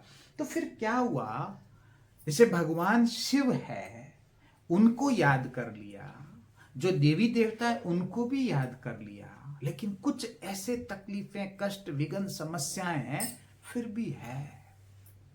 जो मनुष्य बन गए ना, तो कहीं कहीं कोई कोई ऐसा इलाका जहां मनुष्य कर्म भ्रष्ट हो गए, कर्म ही नहीं कर रहे, धर्म भ्रष्ट हो गए, तो ऐसी अवस्था में ऊपर परम धाम से कुछ कुछ धर्म स्थापक इस धरती पे आए। धर्म का मतलब होता है श्रेष्ठ धारणा। जब व्यक्ति गिर जाता है तो उसको श्रेष्ठ धारणाओं की शिक्षा की आवश्यकता पड़ती है। तो वो श्रेष्ठ धारणाओं की शिक्षा कौन देंगे, तो समय प्रति समय ऊपर से धर्म स्थापक आए। जैसे 2500 साल पहले इब्राहिम द्वारा इस्लाम धर्म की स्थापना करी। इस्लाम धर्म में, सभी धर्म में जो अच्छी अच्छी धारणाओं की बात है वो लिखी गई और लोगों को उन पे चलवाने का प्रयास किया गया, यानी इनको फॉलो करने के लिए कहा गया। कुछ आधार चाहिए, व्यक्ति अकेला भटकने लगा तो कुछ आधार के रूप में धर्मों की स्थापना होने लगी। 2500 साल पहले इब्राहिम ने इस्लाम धर्म की स्थापना करी। उससे थोड़ा आगे बढ़ेंगे 2250 साल पहले। अभी आप देखना, यहाँ खड़े रह के हम डेट लगाओ, आज डेट क्या है, ईयर कौन सा चल रहा है, 2022, यानी 2022, 2200 साल। यहां से पीछे चलना, पीछे चलेंगे, यहां चले तो 2500 हो जाएगा। 2200 साल, यानी यहां क्या करने लगे, हम तारीख लगाने लगे, जीसस क्राइस्ट से तारीख लगाने लगे, है ना। जो स्कूल में पढ़े उनको पता है, जीसस क्राइस्ट से पहले के समय को अगर बताना होता है तो क्या लिखते हैं, बिफोर क्राइस्ट, बीसी लिखते हैं ना, है ना। तो बिफोर क्राइस्ट लिखते हैं, लेकिन तारीख यहां से लगाना शुरू हुए। तो जीसस क्राइस्ट यहां, जैसे हम कहते हैं ना 2500 साल पहले इब्राहिम ने इस्लाम धर्म की स्थापना करी, 2250 साल पहले जो बुद्ध ने बौद्ध धर्म की स्थापना करी, 2000 साल करीब पहले जो क्राइस्ट ने क्रिश्चियन धर्म की स्थापना करी, और आगे चलते गए 1500-1600 साल पहले जो मोहम्मद साहब ने मुस्लिम धर्म की स्थापना करी, 1400 साल पहले आदि शंकराचार्य ने संन्यास धर्म की स्थापना करी, 500 साल पहले जो है सिख धर्म की तो आप देखेंगे जितने भी धर्म है अभी इस धरती पे, उन सब की स्थापना का इतिहास देखो गौर से। ये सभी धर्मों की स्थापना इन 2500 साल में ही हुई है। कोई धर्म ऐसा नहीं है कि 3000, 4000, 5000 साल भी पुराना है।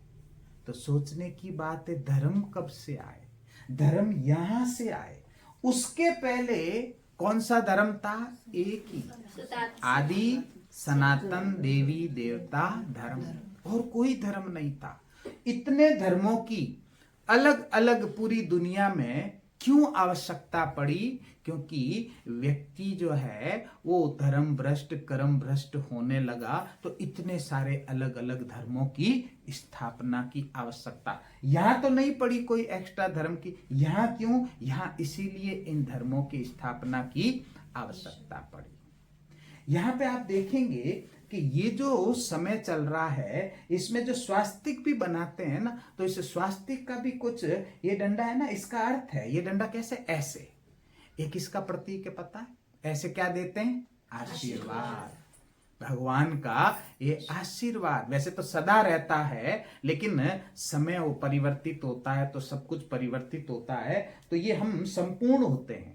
लेकिन जैसे ये नीचे ऐसे अगर एरो होता है तो किसका प्रतीक होता है, डाउनफॉल का, है ना। तो 16 कला से 14 कला, इसलिए डंडा ऐसा बना, ठीक बात है। इधर संपूर्ण सुख है, दुख का नाम नहीं, और इधर दुख ही दुख है। सुख का तो केवल एक मृग तृष्णा जैसा रहता है। तो ये आपका राइट साइड है, संपूर्ण सुख है। इधर कौन सा साइड है, वापस से सुनो, इधर कौन सा साइड है, राइट साइड है। इधर कौन सा साइड है? Wrong Wrong side side. है ना, रॉन्ग साइड में आ गए। ये डंडा किसका प्रतीक है? Wrong गलत दिशा में आ गए, यानी देवताएं वाम मार्ग, उल्टे दिशा चल गए, दुख की शुरुआत हो गई। इसको द्वापुर कहते हैं, सुख के साथ दुख, राज सत्ता धर्म सत्ता अलग। तो इसलिए ये डंडा इधर रॉन्ग साइड में। फिर देखना ये डंडा कैसा है? ऐसा। ऐसे किसी को कहें तो इसका मतलब हाथ खड़े कर दे, ऐसे कहें तो सब खत्म, सब खो दिया उसने, है ना। तो ये कैसा युग है? नाम ही क्या इसका? कल युग, कलह कलेश का ये युग है। ठीक बात है ना। तो इस तरह से इस सृष्टि के चक्र को हमने जाना। इनमें जो शब्द हैं इनका क्या महत्व है, इसमें जो ये स्वास्तिक में डंडे हैं इसका क्या महत्व है। यहाँ एक और चीज है, देखो घड़ी है। ये घड़ी में कितनी बजने वाली है? किसकी? पुरानी दुनिया की, दुखों की, विकारों की, तमो प्रधानता की। 12 का मतलब समझ रहे हैं ना। लड़ाई झगड़ा करते हैं तो क्या कहते हैं? कितनी बजाऊंगा? 1 नहीं बजाऊंगा, 10 भी नहीं, 11 भी नहीं, सब 12 कहते हैं ना। तो ये 12 का बजने ही वाले हैं ना, थोड़ी देर से बजने ही वाले हैं इस पुरानी दुनिया का, पुराना प्रकृति का। तो फिर उसके बाद ये नई दुनिया आएगी। नई दुनिया में 9 लाख लोग होंगे, अभी 800 करोड़ है। कौन होंगे उसका अभी क्या हो रहा है? सिलेक्शन। कौन होंगे 9 लाख? भाई बाकी तो सब परम धाम चले जाएंगे, कौन होंगे यहां अभी सिलेक्शन होगा। सिलेक्शन कैसे होगा सुनेंगे। अभी भगवान आके, वो बाद में सीखेंगे कैसे। ये सारी बातें कौन सिखाता है? वही सिखाता है। यहाँ के पहले का हमें पता भी नहीं होता है। हिस्ट्री जो होती है ना, हिस्टोरियंस जो होते हैं, हिस्टोरियन समझते हैं, इतिहासकार, जो इतिहास का, हिस्ट्री का स्टडी करते हैं, उसका एनालिसिस करते हैं, उस पर रिसर्च करते हैं। हिस्टोरियंस क्या कहते हैं पता है? हिस्टोरियंस कहते हैं आज से 2500 साल पहले की हिस्ट्री नहीं है। ये सब डेट वाइज पता है। यहाँ इतना सन में ये हुआ था, इतना सन में ये राजा आया था, इससे युद्ध किया था, ये सब पता है। लेकिन इसके पहले की हिस्ट्री नहीं है। सोचने की बात है ना, पहले की हिस्ट्री क्यों नहीं है? कहते तो हो आप लाखों साल हो गए दुनिया को, फिर पहले की हिस्ट्री क्यों नहीं है? 2500 साल की हिस्ट्री क्यों है? भगवान आके रहस्य बताता है, क्योंकि यहाँ बड़ा परिवर्तन हुआ था, पुराना खत्म। आप देखेंगे भारत एक ऐसा देश है, इतनी सारी बोलियां, इतना सारा खान पान, इतना सारा अलग अलग पहनावा, इतने सारे अलग अलग रीति रिवाज किसी देश में नहीं है। बाकी सारे देश में वही खान पान, वही रीति रिवाज, वही पहनावा, वही रिचुअल्स, सब कुछ। लेकिन भारत में इतना वैरायटी क्यों है? सुनना इसको। यहां पे सतयुग त्रेता में सभी रहते कहां हैं? भारत में। लेकिन क्या भारत में रहते हुए सतयुग त्रेता में कोई अमेरिका ऑस्ट्रेलिया भी जाता होगा? बोलो ना, जाता होगा? क्यों? पुष्पक है ना। आज जाते हैं अमेरिका, इतना बड़ा बीच में समुद्र है, पार करके जाते हैं ना। कैसे जाते हैं? हवाई जहाज है ना। तो हवाई जहाज से बहुत एडवांस टेक्नोलॉजी का वहां पुष्प, हवाई जहाज में जाते हैं, पूरा 24 घंटे लगते हैं अमेरिका जाओगे तो। लेकिन पुष्पक से 24 घंटे लगेंगे क्या?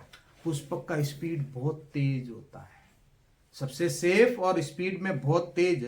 जब भी पहुंच जाते हैं अमेरिका। तो सतयुग त्रेता में भी क्या देवी देवताएं अमेरिका जाएंगे? बिल्कुल जाएंगे। वहां की प्रकृति बहुत अच्छी, यहाँ की भी बहुत अच्छी होती है, लेकिन वैरायटी होती है। जैसे अलग अलग स्थानों का अलग अलग प्रकृति का वैरायटी होता है ना। तो वहां देवी देवताएं यूं पिकनिक करने जाते हैं और वापस आ जाते हैं, महल बना के रहते यही है। तो सभी लोग सोचना, त्रेता खत्म होने वाला है, देवी देवताओं के पास पुष्पक है, कुछ अमेरिका कुछ ऑस्ट्रेलिया घूमने गए हुए हैं और सब कुछ डिस्ट्रॉय हो गया है। जो अमेरिका ऑस्ट्रेलिया गए वो वही रह गए। ज्यादातर कहाँ है? भारत में है। ये डिस्ट्रक्शन जब होता है, बड़ा परिवर्तन जब होता है, पुष्पक का टेक्नोलॉजी कोलैप्स हो जाता है, रेलवे लाइंस रोड्स होती नहीं है। अब बताओ, जो जहाँ है वो वहीं रह गया। जैसे हम जोधपुर में जोधपुर रह गए, कोई अगर 100 किलोमीटर दूर है, पाली में है, वो पाली में ही रह गया। अब यहाँ जो रहने वाले पुष्पक तो रहा नहीं, रास्ते रहे नहीं, वो तो जंगल जैसा ही हो गया। अब यहां से हम रवाना होके जावें क्या पाली, फोन है क्या वहां कौन रह रहा है, अपने को अपना परिवार तो यही है, क्यों जाएंगे वहां, यहाँ वाले यहाँ, वहां वाले वहां, ऐसे डेवलप होते रहे। यहाँ वालों को वहां का पता नहीं और वहां वालों को यहाँ का पता नहीं। भारत का भी कहता वास्को डी गामा ने खोज किया, वो अमेरिका जो गए थे वो वहीं डेवलप हो गए, उनको हमारा हमको उनका पता ही नहीं। इतना बड़ा बीच में समुद्र तो किसी का किसी को पता ही नहीं। भारत में भी अलग अलग क्षेत्रों में जो देवी देवताएं रहते थे, अभी देवी देवताएं तो नहीं रहे, लेकिन वो वहां की प्रकृति जैसी थी वैसा उनका खान पान, वैसा उनका पहनावा हो गया, वैसी उनकी बोली हो गई, वैसे उनके रीति रिवाज हो गए। इसलिए केवल भारत में ही इतना सारा वैरायटी है। बाकी देशों में जो वहां कुछ गए थे वही डेवलप हुए, इतना वैरायटी वहां नहीं, भारत में इतना वैरायटी है। समझ आ रहा है? सृष्टि का चक्र सीख रहे हैं, दुनिया सीख रहे हैं। दुनिया वाले कितना जानते हैं? 2500 साल। आज अपन कितना सुने हैं? पूरा 5000 साल। इससे ज्यादा कुछ होता, और यही चक्र क्या होता है? रिपीट। जैसे अभी शाम हो गई, रात हो गई, फिर सवेरा होगा, फिर और होगा, फिर और होगा, होता रहता है ना। आपके जिंदगी में देखा कभी दिन रात होते रुक गए हो? साइकिल है। मौसम रुक गए हो? साइकिल है। जीवन रुक गया हो? साइकिल है। ऐसे सृष्टि रुक जाए? साइकिल है। कभी रुकती नहीं है, ये चलती रहती है। कितना साल हो गया चलते हुए, ये दिमाग सोच ही नहीं सकता। इतने साल, अनंत, जरूरत भी नहीं है सोचने की। इतना करोड़ अरब खरब शंख कितना कहें, कोई गिनती नहीं है। ये सृष्टि अनवरत चलती ही रहती है। तो स्वास्तिक में जो डॉट लगाते उसको क्या? डॉट युगों का प्रतीक है, 4 युग का प्रतीक है। ये चारों युगों में जो हमारे पूर्वज रहे हैं उन सबको हम नमन करते हैं, उन सब से हम आशीर्वाद प्राप्त करते हैं। समझ आया सबको सृष्टि चक्र कैसे चलता है? ये जो सृष्टि चक्र चलता है, इसमें यहां से हम देखेंगे कि यहां से जैसे शुरुआत होती है ना, यहां जैसे देवी देवताएं आपको दिखाई दे रहे हैं। ये जो देवी देवताएं यहां दिखाई दे रहे हैं, क्या नाम है इनका? नाम बताएं आपको। इनका नाम है श्री कृष्ण और श्री राधे। शुरुआत से तो क्या जो श्री कृष्ण श्री राधे की हम पूजा करते थे, वो वापस में इस धरती पे आने वाले हैं। हाँ, वापस से आने वाले हैं। वो हर 5000 साल बाद इस धरती पे आते हैं। तो वो खुद ऐसा नहीं कहें कि भगवान का अवतार की बात ही नहीं है। वो खुद जैसे हमेशा आते हैं, जिनकी हम पूजा करते हैं, तो खुद इस धरती पे श्री कृष्ण और श्री राधे आएंगे। बचपन का उनका नाम श्री कृष्ण और श्री राधे होता है।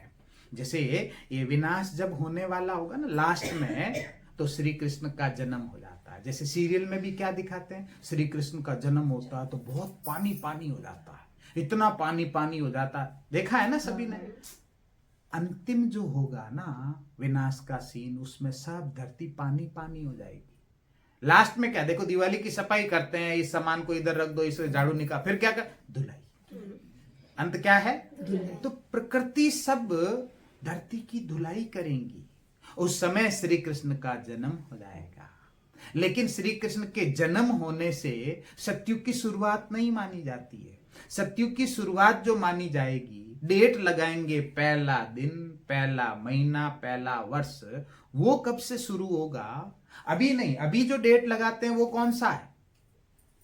विक्रम संवत है ना, है? विक्रम करने लग गए यहां से, विक्रम संवत है। वहां विक्रम संवत नहीं होगा, वहां ऐसे विक्रम संवत नहीं होगा। तो वहां जो डेट लगाना शुरू करते हैं, श्री कृष्ण श्री राधे पैदा हुए हैं, सृष्टि का विनाश हुआ उस समय पैदा हुए वो। अब वो बड़े होंगे, जब वो बड़े होंगे तब तक इस सृष्टि पर कंस्ट्रक्शन चलेगा। कंस्ट्रक्शन मतलब पेड़ पौधे फल फूल महल ये सब सेट होंगे, और जब ये सब सेट हो जाएंगे तो श्री कृष्ण और श्री राधे का स्वयंवर होगा। उनका जो स्वयंवर होगा उस दिन से उनके नाम में परिवर्तन होगा। श्री कृष्ण को श्री नारायण कहेंगे और श्री राधे को श्री लक्ष्मी कहेंगे। तो लक्ष्मी नारायण का यहां लिखा देखो, विश्व महाराजन श्री नारायण, विश्व महारानी श्री लक्ष्मी। लक्ष्मी नारायण का राज यानी सतयुग की शुरुआत हो जाएगी उस दिन से। ठीक है, यहां से अगर हम देखें 150 साल आयु होगी देवी देवताओं की। आप सोच के देखना, 150 साल अगर आयु होगी और सतयुग चलेगा कितना, 1250 साल। 1250 साल अगर सतयुग चलेगा, 150 साल की उम्र होगी, तो बताओ करीब कितने बार जन्म ले लेंगे यहां? 8 बार। 8 इंटू 150 करो तो कितना होगा? 120 है ना, 1200 हो गया ना। तो करीब करीब कितनी बार जन्म हो जाएगा? 8 बार। इसलिए श्री कृष्ण के लिए क्या कहते हैं? श्री कृष्ण जन्म अष्टमी। 8 बार, 8 बार इस सतयुग में श्री कृष्ण जन्म लेते हैं। फिर उसके बाद समय जो बदलता है ना, त्रेता युग। त्रेता में क्या कहते हैं? राम सीता का राज होता है। त्रेता में क्या कहते हैं? राम सीता का राज होता है। तो त्रेता में जो राम सीता का राज होता है, 8 जन्म तो हो गए। अब 9वां जन्म में राम राज्य यहां से शुरू होता है, इसलिए राम नवमी मनाते हैं। 9वें जन्म से शुरू होते हैं ना, इसलिए क्या मनाते हैं? राम नवमी मनाते हैं। ठीक बात है। आप देखेंगे यहां पे ना, ये रंग कैसा है? यहाँ सोने का। सतयुग में रंग कैसा है? सोने का। ये चांदी का युग है, ये तांबे का है, और ये लोहे का है ना। ये गोल्डन एज है, सिल्वर, ये कॉपर, ये आयरन एज है। यहां सोने जैसा देखो, श्री नारायण राज करेंगे ना, इसलिए नारायण के लिए क्या कहते हैं पता है? नारायण के लिए कहते हैं सूर्य नारायण की जय हो, ऐसा बोलते हैं ना। तो सूर्य यानी सोने का जो ये समय है, इस समय में इनका राज्य होता है। कथा कराते हैं तो कहते हैं किसकी कथा करा रहे हैं? सत्य नारायण की कथा। सत्य क्यों? बाकी सभी देवी देवता इनके आगे सत्य लगाते हैं ना, इनके आगे क्यों लगाते हैं? क्योंकि यही है सबसे शुरुआत, आदि से संपूर्ण, यानी 16 कला फुल, आत्मा की एनर्जी कैसी? फुल। इसलिए इनके लिए आगे क्या लगाते हैं? सत्य। सत्य मतलब संपूर्ण सत्य। ये भी कोई झूठ नहीं है, लेकिन कला क्या हो जाती? कम, इसलिए सत्य। बाकी आप देखो किसी भी देवी देवता के साथ सत्य शब्द नहीं लगाते। आपने सुना होगा सत्यनारायण की अगर कथा सुनेंगे तो उस कथा में जो नारायण हैं, जो लक्ष्मी हैं, उनका बचपन ही नहीं बताते हैं। वो युवा अवस्था से ही शुरुआत बताते हैं। बचपन कहाँ चला गया? बचपन उनका क्या था? वो कौन थे? श्री कृष्ण श्री राधे थे। तो बचपन में नाम अलग, और जैसे स्वयंवर होता है पूरी दुनिया के वो महाराजा महारानी बनते हैं, उनका नाम बदल जाता है। यहाँ जो हम जैसे राम नवमी, क्योंकि 9वें जन्म से श्री राम को दिखाते हैं ना, इसलिए इनको क्या कहते हैं? राम नवमी। यहाँ हम कहते हैं ये जो घराना होता है, सूर्यवंशी घराना होता है। यहाँ कौन सा घराना होता है? चंद्रवंशी। राम चंद्र की जय कहते नहीं कहते हैं, क्योंकि चंद्रवंशी घराना है। और ये क्या यहाँ क्या कहते हैं? सूर्यवंशी, सूर्य नारायण की जय कहते हैं। ठीक बात है। यहाँ आत्मा जो होती है ना, सतो प्रधान। प्रधान मतलब फुल 100%, 16 कला संपूर्ण। यहाँ जो आत्मा होती है ना, वो 14 कला हो जाती है। यहाँ सतो प्रधान, यहाँ केवल क्या कहेंगे? सतो। यहाँ केवल क्या कहेंगे? सतो। यहाँ क्या कहेंगे? आत्मा रजो। और यहाँ क्या कहेंगे? तमो। सतो प्रधान, सतो, रजो और तमो। और यहाँ आते आते तो तमो प्रधान है ना। तमो में भी क्या हो जाती है? उल्टी प्रधानता आ जाती है। तो आत्मा यहाँ तमो प्रधान कहलाती है। ठीक बात है। अभी आप देखना, यहाँ हम जो जन्म लेते हैं ना, 8 जन्म कई, लेकिन जैसे जैसे समय आगे जाता है, उम्र 150 साल से क्या हो जाती है? कम। यहाँ 8 बार जन्म लेते हैं 1250 साल में। यहाँ देखेंगे ना, है 1250 साल ही, लेकिन जन्म होते हैं 12। जन्म कितने होते हैं? 12। तो आप गिन के बताना, 8 इधर 12 इधर, कितनी बार जन्म ले लिए? 20 बार। 2500 साल में 20 बार जन्म ले लिए, है ना। अब यहां से अगर देखेंगे ना, ये 1250 साल, ये 1250 साल में 21 बार जन्म लेते हैं। तो सोचो उम्र क्या हो गई? और कम। 8 बार, 12 बार, और यहां कितना? 21 बार। फिर अब यहां आ जाओ, कितनी बार जन्म लेते हैं? 42 टाइम्स, 42 बार। कितनी बार जन्म लेंगे? 42 बार। यानी जल्दी जल्दी जन्मेंगे, जल्दी। और कई बार तो ऐसा होगा जन्मे और है ना, वो भी जन्म तो काउंट होगा ना। तो 42 बार जन्म लेते हैं। तो आप बताना, सुख के इधर जन्म कितने हुए? 20। ये 21 और 42 मिला के दुख के कितने हो गए? 63, है ना। यहां हम जो भी कर्म करते हैं ना, कोई भी विकर्म नहीं होता है, बुरा कर्म नहीं हो सकता है, क्योंकि आत्मा सतो प्रधान होती है ना, विकार ही नहीं है। गलत कर्म हमेशा कौन कराता है? विकार। काम, क्रोध, लोभ, मोह, अहंकार, इनके वशीभूत होकर हम विकर्म करते हैं। है ही नहीं विकार, विकर्म असंभव है। यहां शुरुआत है विकार की, विकर्म कम है। यहां प्रबलता है विकार की, विकर्म ज्यादा है।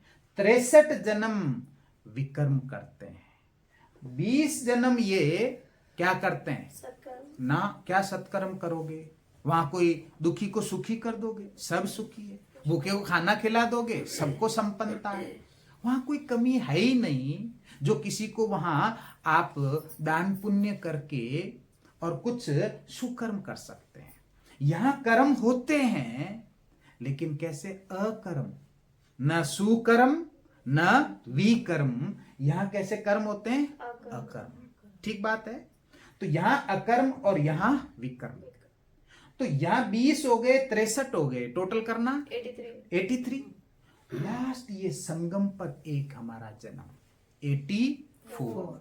ये आखिरी जो जन्म होगा ना, इस जन्म में भगवान परम धाम से इस धरती पे आता है। बाकी पूरा 83 जन्म लेंगे आप अपने स्तर पे। अभी हम भगवान के साथ जीते हैं। ये शिक्षाएं हमको भगवान खुद देता है। किसी ऋषि मुनि मनुष्य फोटो लगा, इनकी ये देन नहीं है। स्वयं भगवान ये हमें सारा रहस्य बताता है। दुनिया बहुत माथा मारती, भगवान कौन है, हम कौन है, दुनिया कैसे चलती है, ये रहस्य किसी को भी पता नहीं जो अभी आप सुनते हो। क्यों? क्योंकि ये खुद भगवान सिखाते हैं। कुछ कुछ बातें हैं, लेकिन कड़ियां नहीं जुड़ती है। आज ये सारी कड़ियां जोड़ देने वाला रहस्य हमने सुना। यहां जब भगवान आते हैं, खाली आके हमको खुश नहीं कर देते हैं कि लो मैं आ गया। भगवान आके सिखाते हैं क्या?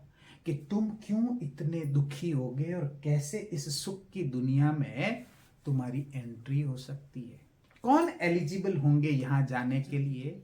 भगवान कहता है जब मैं आता हूं तो मैं तुम्हें सिखाता हूं कि कैसे तुम्हें सोचना है, कैसे देखना है, क्या खाना है, कब उठना है, कब सोचना है, कैसे व्यवहार करना है, कैसे बोल बोलने हैं, कौन सी बातें सुननी है, जिससे तुम आत्मा के ऊपर ये पांचों विकारों की जो कट लगी हुई है, जंक लगा हुआ है, ये मिट जाए। 63 जन्मों में तुमने जो जाने अनजाने विकर्म किए हैं वो हट जाएं। उसकी विधि भगवान यहां आके सुनाते हैं। आत्मा में इस सारे जो भी विकर्म किए हैं और जो भी विकार है, इनका इंप्रेशन है। अब ये इनका जो इंप्रेशन है, भगवान कहता अपने को जब आत्मा समझोगे, परम धाम में परम आत्मा में अपना मन लगाओगे और जो मैं दिनचर्या बताऊं उसके अनुसार अगर तुम चलोगे तो बहुत तेजी से, बहुत जल्दी तुम विकर्मों को विनाश कर, विकारों से मुक्त हो और अपन आत्मा सतो प्रधान बन जाएंगे। तो विकर्म और विकारों से जब आत्मा मुक्त हो जाएगी तो नई दुनिया में जाने के लायक बन जाएगी। यहां शुरुआत में 9 लाख लिस्ट निकलेगी, जैसे यूनिवर्सिटी में एडमिशन के लिए निकलती है ना, 9 लाख में नंबर आ गया, पहले ही आ जाएंगे। फिर उस लिस्ट में नहीं आया तो एक जन्म कम, 84 की बजाय 83 लेंगे, और कम और कम। 2 करोड़ लोग ऐसे होंगे जो सत्युग को देखेंगे, बाकी तो देखेंगे ही नहीं। 800 करोड़ में से 2 करोड़ ही देखेंगे, जिएंगे भी नहीं पूरा। जिएंगे कितने? पूरा जिएंगे सत्युग को, वो कितने होंगे? 9 लाख। स्वर्ग को देखेंगे ऐसे कितने होंगे? 33 करोड़। आप में से कोई होगा जो स्वर्ग देखेगा? होगा कोई? खुशखबरी सुनाए आपको, आप सभी देखेंगे। पता क्यों? आपने जो सुन लिया ना, स्वर्ग आएगा, ऐसी उम्र, इतना सुख, ऐसे महल, पुष्पक विमान, ये आएगा, ये आएगा। सुनाने वाला कौन है? मैं नहीं हूं, सुनाने वाला तो वो है। ये सुना दिया ना, आज के बाद या कोर्स करने के बाद कोई मेडिटेशन नहीं, कोई आत्मा समझना, कोई परमात्मा, कुछ नहीं, सबकी छुट्टी। कुछ नहीं किया।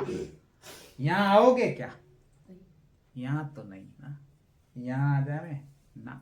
कहां आएंगे? कहां आएंगे? लास्ट जन्म में। पता है क्यों? वो भी पता है क्यों? क्योंकि कह दिया ना, भगवान अगर कोई कह दे कि ऐसी दुनिया में आप आएंगे, फिर बाद में कि नहीं नहीं नहीं, तो कहेंगे ऐसे कैसे? भगवान तो सर्वगुण संपन्न है ना। कह के मुकर जाए तो एक अवगुण हो गया ना। भगवान में ये अवगुण हो नहीं सकता है। एक जन्म तो एक कोर्स भी कर लिया तो पक्का है, सुन भी लिया ना कि ऐसी दुनिया आएंगी, एक जन्म तो है ही है। लेकिन हमें पुरुषार्थ करना है, ये खाली दर्शन थोड़ी करना है स्वर्ग का। स्वर्ग में रहना है, स्वर्ग को जीना है, जन्म जन्म जीना है, तो कितना हमको पुरुषार्थ करना है। 9 लाख में भी नहीं, 9 लाख में भी तो प्रजा होंगी, साहूकार होंगी, और रॉयल फैमिली, राजे महाराजे। तो राजे महाराजे बनने का लक्ष्य बच्चा पढ़ता है तो क्या उम्मीद करता है? 4th क्लास बन जाऊं, क्लर्क बन जाऊं, IAS की IPS की उम्मीद करते हैं ना। तो ऐसे उम्मीद क्या करना, राजे महाराजा रॉयल फैमिली में हम आए, ऐसा हमें पुरुषार्थ करना है। समय के साथ आपको पता चलता रहेगा कि कैसे पुरुषार्थ करना है। अभी सुन रहे हैं, भगवान ने जो ये 7 डेज का कोर्स बताया है, अभी इसको केवल सुन रहे हैं। करना क्या है? वैसे तो रोज मेडिटेशन थोड़ा थोड़ा सीखते हैं, तो धीरे धीरे और इसमें आगे बढ़ते जाएंगे। तो ये हमने सृष्टि का चक्र सीखा। ऐसे देवी देवताएं हम आगे जाके बनने, तो देवी देवताएं कौन बनेंगे? देवी देवताओं में भी होती क्या है? आत्मा ही ना। देवी देवताएं कहाँ कहीं ऊपर रहते हैं क्या? ऐसे बचपन में कोई पूछते हैं देवी देवता ऊपर है, क्यों कहते पता? क्योंकि देवी देवताओं को क्या माना? परम पिता परमात्मा, और परम पिता परमात्मा कहाँ रहता? ऊपर। दोनों बातें मिक्स हो गई, इसलिए देवी देवताओं क्या कह दिया? श्री कृष्ण कहाँ जन्मे थे? फिर ऊपर कैसे? अभी कहाँ है? फोन लगाओ, है ना? समझ रहे हैं ना? तो थे तो देवी देवता, फिर चक्कर घूमते घूमते क्या बन गए? सभी देवी देवता क्या बन गए? मनुष्य बन गए। ठीक बात है ना? अगली बात देखते हैं। हमने सुना, यहां लिखा है मनुष्य 84 लाख योनियां धारण। सुना क्या हुआ है? हम 84 लाख योनियों से होकर गुजरते हैं, फिर मनुष्य जन्म मिलता है। अभी देखना इसका सत्यता, 84 लाख के 84 केवल 84 योनियां नहीं, जन्म। हम हर जन्म मनुष्य बनते हैं या कभी जानवर भी बनते हैं? हर जन्म। अभी इतने सारे तो जन्म लेवा दिए, कभी जानवर बनाया क्या? नहीं ना। हम पहले 2500 साल देवी देवता होते हैं, फिर हम मनुष्य होते हैं, हम कभी जानवर नहीं हो सकते हैं। फिर ऐसा क्यों कह दिया 84 लाख योनियां, गीता में भी लिखा है लख 84। लख जो शब्द है ना, उसके कई सारे अर्थ होते हैं। लख को लाख भी कह सकते हैं, लख को देखना भी कह सकते हैं, और संस्कृत में लख का मतलब जन्म भी होता है ना। तो कई सारे अर्थ होते हैं। कौन सा पकड़ लिया? लाख गलत पकड़ लिया। जन्म लख 84 यानी जन्म 84। तो 84 जन्म लेते हैं, 84 लाख नहीं लेते हैं। और सोच के देखो, देखना बुद्धि की कसौटी पे कस के इस बात को। अगर सपोज, जैसे पहले भी एग्जांपल दिया था कि मैं मनुष्य हूं, मैंने विक्रम किए होंगे, तो अब अगला जन्म मनुष्य नहीं मिलेगा, जानवर बनेंगे। अलग अलग तरह के 84 लाख जानवर बनेंगे। अब 84 लाख अगर जानवर बन गए तो जो विक्रम किया, अब उसकी सजा तो दे दी ना। अब क्या बनाओ मेरे को? मनुष्य बनाओ। अब मनुष्य बनाओ तो लूला लंगड़ा तो पैदा नहीं करोगे ना। लूला लंगड़ा तो पैदा नहीं करोगे। पैदा हुआ, दिल में छेद, ऐसी सूचना तो नहीं दोगे। लेकिन ऐसी सूचनाएं तो आ रही है। फिर कैसे? 84 लाख जन्म जानवरों के देने के बाद भी संतोष नहीं पड़ा क्या? ऐसा कौन सा दुख है जो हम इस शरीर में नहीं भोग सकते हैं? इतनी कड़ी सजा केवल जानवर ही भोगते हैं। कई जानवर देखो खूब बढ़िया गाड़ियों में घूमते हैं, हमारे पास भी नहीं होंगी, है ना। और कई मनुष्य देखो कितना कितना कष्ट जैसा जानवरों को भी नहीं होता है ना। तो मनुष्य बन के ही सभी प्रकार के कष्टों को भोगा जा सकता है, जानवर की क्या आवश्यकता है? आप देखिए कई ऐसे होते हैं, ऐसा अंदर सॉफ्टवेयर में हमारे, हम जन्म लेते हैं और जैसे हम मर जाते हैं, यानी शरीर से हम निकल जाती है आत्मा, मां के गर्भ में प्रवेश करती है, नया जन्म लेती है। और जैसे नया जन्म लेते हैं तो नई चीजें, नई बातें, नए लोगों को जैसे जैसे समझते हैं, पूर्व जन्मों की विस्मृति हो जाती है। हमें याद है कि पिछला जन्म नहीं ना, लेकिन एक्सेप्शनली आपको पता, कुछ एक ऐसे बच्चे होते पिछला जन्म याद होता है। सुना है ना आपने? पिछला जन्म याद होता है। जितनों को भी पिछला जन्म याद है, कोई नहीं कहता मैं जानवर था। कोई नहीं कहता मैं जानवर था। तो इससे क्या सिद्ध नहीं होता? और पिछला जन्म वो बताते हैं, छोटे छोटे बच्चे, ये मेरी पत्नी है, ये मेरे बच्चे हैं, मेरे को ऐसे मार दिया था, यहाँ गाड़ दिया था, मेरे 2 दोस्त थे। वापस से फाइल खुलती है, पुलिस वहां से वो बॉडी निकालती है, उनको ऐसे होता है। तो कहाँ वो जानवर बने? क्यों नहीं बने? फिर बने तो फिर सब बने ना, 84 लाख तो बन तो नहीं रहे हैं फिर ऐसे जानवर, है ना। भगवान यही कहता है आप कब, क्योंकि आत्मा जो है ना, हम स्त्री पुरुष, एक जन्म हमारा स्त्री होता है, दूसरा पुरुष होता है, फिर स्त्री फिर पुरुष, मैक्सिमम 2 बार पुरुष या 2 बार स्त्री हो सकते हैं, अदरवाइज ऐसे चेंज होता रहता है। ठीक बात है ना। हम इसी में फिट हो सकते हैं। मेरे मोबाइल का कैमरा अगर खराब हो जाए, आपके मोबाइल का कैमरा इसमें फिट कर दें क्या? इस मॉडल नंबर का, इस कंपनी का ही लगेगा। ऐसे ऐसे ये आत्मा है ना, ये जानवर में फिट ही नहीं होती है। ये मनुष्य आत्मा मनुष्य में ही फिट होती है। इसलिए देखो कभी कभी ऐसा होता है ना, कोई व्यक्ति सही सलामत, उसमें कोई प्रभाव आ जाता है, वो कहते हैं कोई दूसरी आत्मा, ऐसा होता है ना ऐसा, वो कंट्रोल ले लेती है। और जैसे ही उसका कंट्रोल हटता है, उससे पूछे ये क्या कर रहा है, इतना तोड़ फोड़ हंगामा, मैंने कब किया? अनजान, उसको पता ही नहीं है। तो दूसरा ऐसे जब एंटर करता है, वो कंट्रोल ले लेता बॉडी का। कभी आपने सुना ऐसे गाय को, कुत्ते को, ऐसे इनको भूत लग गया, इनमें कोई नहीं ना। तो सब मनुष्य आत्मा है, मनुष्य में, इनमें नहीं। क्यों? फिटिंग ही नहीं होगी, उनके बॉडी का वो कंट्रोल ही नहीं ले सकते हैं। मनुष्य आत्मा मनुष्य की ही बॉडी का कंट्रोल ले सकती है। समझ आ रही बात? बीज जो होता है ना, पेड़ वही लगता है।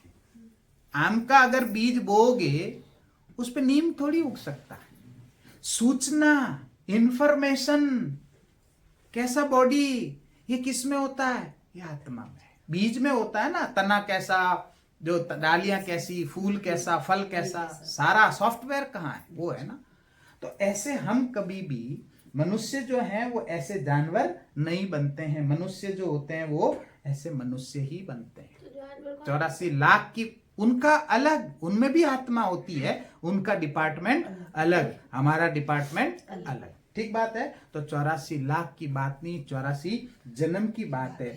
इसी बात को ना हम सीढ़ी से समझते हैं। भारत के उत्थान और पतन की कहानी को एक सीढ़ी से समझते हैं। आप यहाँ पे देखें, अभी हमने सुना था कि शुरुआत श्री कृष्ण श्री राधे जैसे राजगद्दी पर बैठते हैं, लक्ष्मी नारायण से शुरुआत होती है। यहाँ 8 जन्म लेते हैं, समझ आ गया क्यों? यहाँ 12 जन्म लेते हैं। यहाँ सूर्यवंशी घराना होता है, यहाँ कौन सा घराना होता है? चंद्रवंशी। यहाँ आत्मा सतो प्रधान होती है, यहाँ आत्मा सतो होती है। तो यहाँ से ये सीढ़ी क्यों दिखाई है? क्योंकि जैसे जैसे नीचे आएंगे ना, वैसे वैसे आप देख रहे हैं क्या हो रहा है? कलाएं कम। उतरना मतलब क्या? कलाएं, पावर, एनर्जी आत्मा की क्या हो रही है? कम। तो ऐसे नीचे उतर रहे हैं। तो ऐसे यहाँ पे 16 कला, यहाँ 14 कला, यहाँ कितनी रह जाती है? 8 कला। फिर यहाँ से देखो, ये मंदिर दिखाया है, शिवलिंग दिखाया है, फिर देवी देवताओं की पूजा दिखाई है, फिर तमो प्रधानता समय के साथ बढ़ती जाती है, फिर प्रकृति की हम क्या करने लगते हैं? पूजा करने लगते हैं। तो यहाँ से फिर पूजन शुरू होता है और ऐसे ऐसे डाउनफॉल आता जाता है। ठीक बात है। तो ऐसे सतो प्रधान, सतो रजो और तमो, ऐसे आत्मा यहाँ सतो प्रधान, यहाँ सतो, यहाँ आत्मा रजो हो जाती है और यहाँ क्या आ जाती है? तमो हो जाती है। तो कैसे हम सीढ़ी को उतरते हैं वो यहाँ दिखाया। 5000 साल में सीढ़ी उतरते हैं और फिर वापस से यहाँ तपस्या करके हम यहाँ आ जाते हैं। तो ये चक्र जो है वो इस तरह से चलता रहता है। तो सीढ़ी के द्वारा भी ये बात को यहाँ हमने समझा। अभी आगे देखें, इसी को एक वृक्ष से समझते हैं।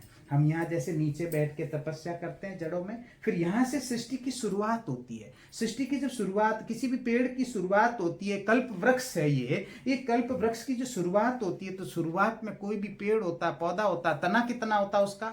एक।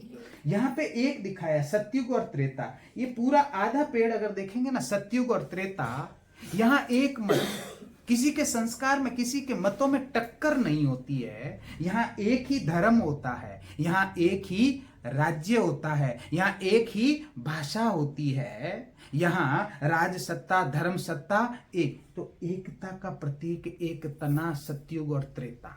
लेकिन उसके बाद देखिए ब्रांचेस निकलने लगती है। ब्रांचेस मतलब धर्मों की स्थापना, इस्लाम धर्म की स्थापना, बौद्ध धर्म की स्थापना, क्रिश्चियन धर्म की स्थापना, शंकराचार्य द्वारा संन्यास धर्म की स्थापना, फिर मुस्लिम धर्म की स्थापना, सिख धर्म की, बहुत सारे धर्म। और अभी आप देखें बहुत सारे मठ और पंथ, जैसे शंकराचार्य ने संन्यास धर्म की स्थापना करी। संन्यास धर्म की स्थापना के बाद में बहुत सारे क्या हो गए? ब्रांचेज, अखाड़ों के रूप में। सुना ना अखाड़े? तो अलग अलग अखाड़ों के रूप में इतना सारा ब्रांचेज, तो इतनी सारी ब्रांचेज, और ब्रांच में भी और ब्रांचेज, पत्ते, तो इतना सारा ये वृक्ष अभी बढ़ गया है ना।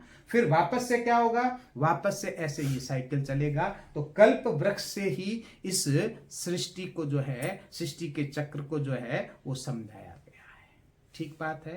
तो आज लेसन था हमारा सृष्टि कैसे चलती। बहुत सारे सवाल, बहुत सारे डाउट्स होते हैं जो ये लेक्चर से हमको सृष्टि के बारे में क्लियर हो जाते हैं। अभी दुनिया में जो हम बातें सुनी हैं उस पर रिसर्च चल रही है, खोज कर रहे हैं। भगवान के बच्चों को ये सीधा पता चल जाता है, किसी खोज की आवश्यकता नहीं है। चलो अब थोड़ी देर के लिए मेडिटेशन करेंगे। ओम शांति। ओम शांति। अपने को मस्तक के बीच चमकती हुई आत्मा देखें। मैं छोटा सा सितारा मस्तक के बीच प्रकृति में चमक रहा हूँ। मैं देह नहीं, आत्मा हूँ। गहरी अनुभूति करें, एकाग्र हो जाएं अपने स्वधर्म में। मैं आत्मा इस शरीर का मालिक हूँ, कर्मेंद्रियों का मालिक हूँ।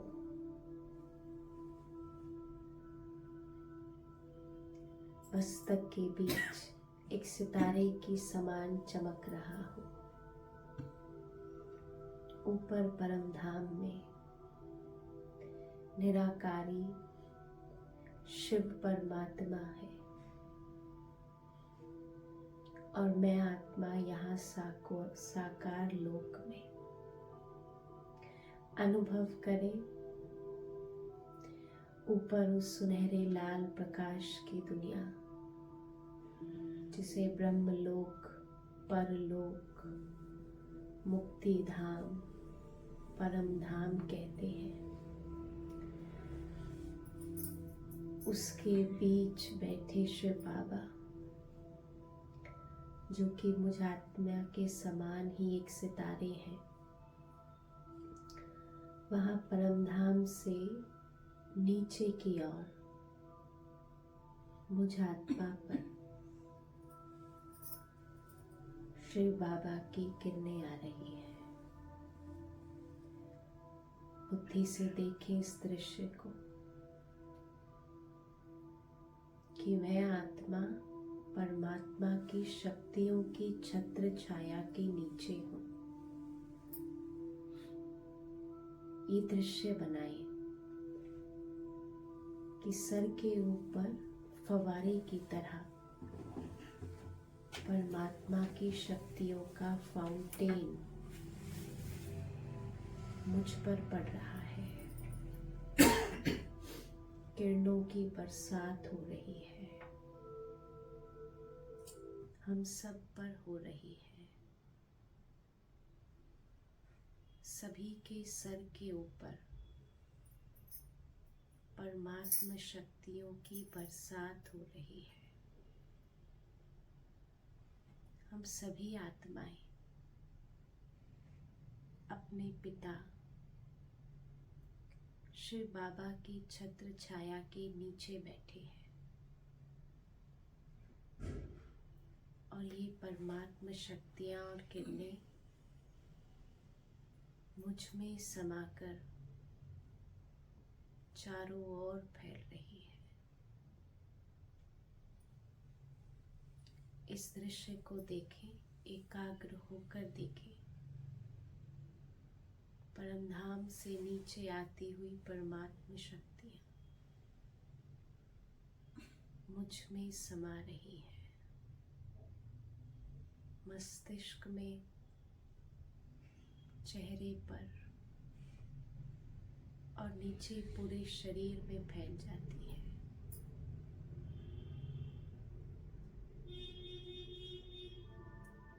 और अब मुझसे चारों ओर पूरी सृष्टि में फैल रही है।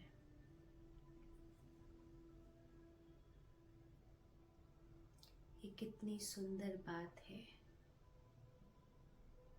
कि मैं ईश्वर की संतान हूँ। ईश्वर मेरे पिता हैं और अब तो उनसे मेरे सर्व संबंध हैं। वो मेरे जीवन को पार लगाने वाले और अब इस संगम युग पर आए हैं मुझ मनुष्य को देवता बनाने। स्वीकार करें इस सत्य को कि परम धाम से स्वयं परमात्मा आकर हम सभी के अंदर इस ज्ञान के द्वारा दिव्य गुण धारण कराकर मनुष्य से देवता बनाने आए हैं। अभी वो वेला है जब आत्मा और परमात्मा का मंगल मिलन होता है। मैं ही वो श्रेष्ठ आत्मा हूँ जिसने देव स्वरूप में देवी देवता बनकर स्वर्ग में इसी भारत भूमि पर विचरण किया। स्वीकार करें, मैं देव कुल की महान आत्मा हूँ और मुझ देव आत्मा के पिता स्वयं शिव शंभु शिव बाबा हैं।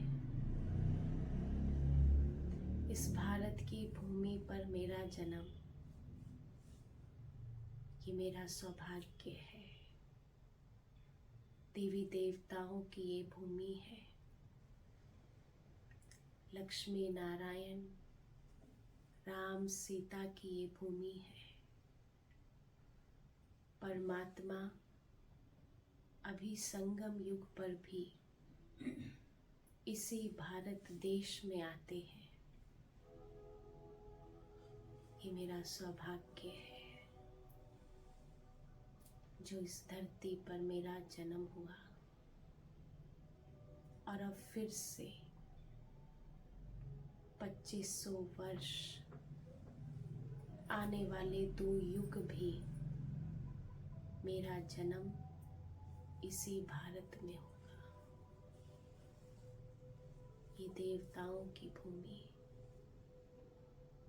परमात्मा अवतरण की भूमि है। संगम युग पर मैं आत्मा 84 जन्म लेते लेते शरीर बदलते बदलते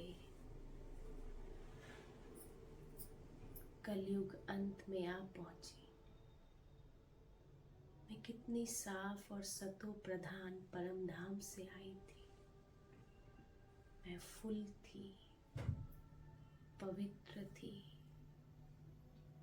सतो प्रधान थी। देवताओं जैसा आचरण था।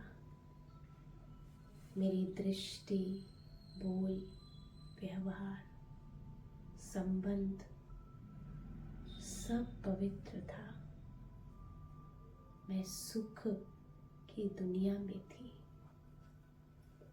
जहाँ दुख का नाम निशान भी नहीं था। और इसी दुनिया को कहते हैं भगवान की बनाई दुनिया। भगवान ने तो मुझे इतनी सुंदर सृष्टि में भेजा, परंतु सृष्टि का नियम अटल है, परिवर्तन। मैं आई तो बिल्कुल पवित्र थी और जन्म लेते लेते अंत में आ पहुंची हूँ। पर ये भाग्य की बात है कि मुझे फिर से वैसी ही अवस्था बनाने का ज्ञान मिल रहा है। मनुष्य से देवता बनने का भाग्य मिल रहा है। स्वर्गिक दुनिया में, वैकुंठ में, कृष्णपुरी में, कृष्ण और राधे की दुनिया में जाने का सौभाग्य मिल रहा। विश्व महाराजन लक्ष्मी नारायण अब जैसे इस धरा पर फिर से आए कि आए। ये कलयुगी संसार, कलह कलेश की दुनिया, विकारों की दुर्गंध की दुनिया, अपवित्र दुनिया परिवर्तन होगी। ये रात पूरी होगी और आ जाएगा स्वर्णिम सतयुगी सवेरा। विवेक कहे कि अब ऐसी दुनिया में जाने का पुरुषार्थ करना है। त्रेता के अंत में नहीं, द्वापर की सतयुग की आदि में आना है। सतयुग में आना है। सत्य की दुनिया में आना है। फिर से वैसा बन जाना।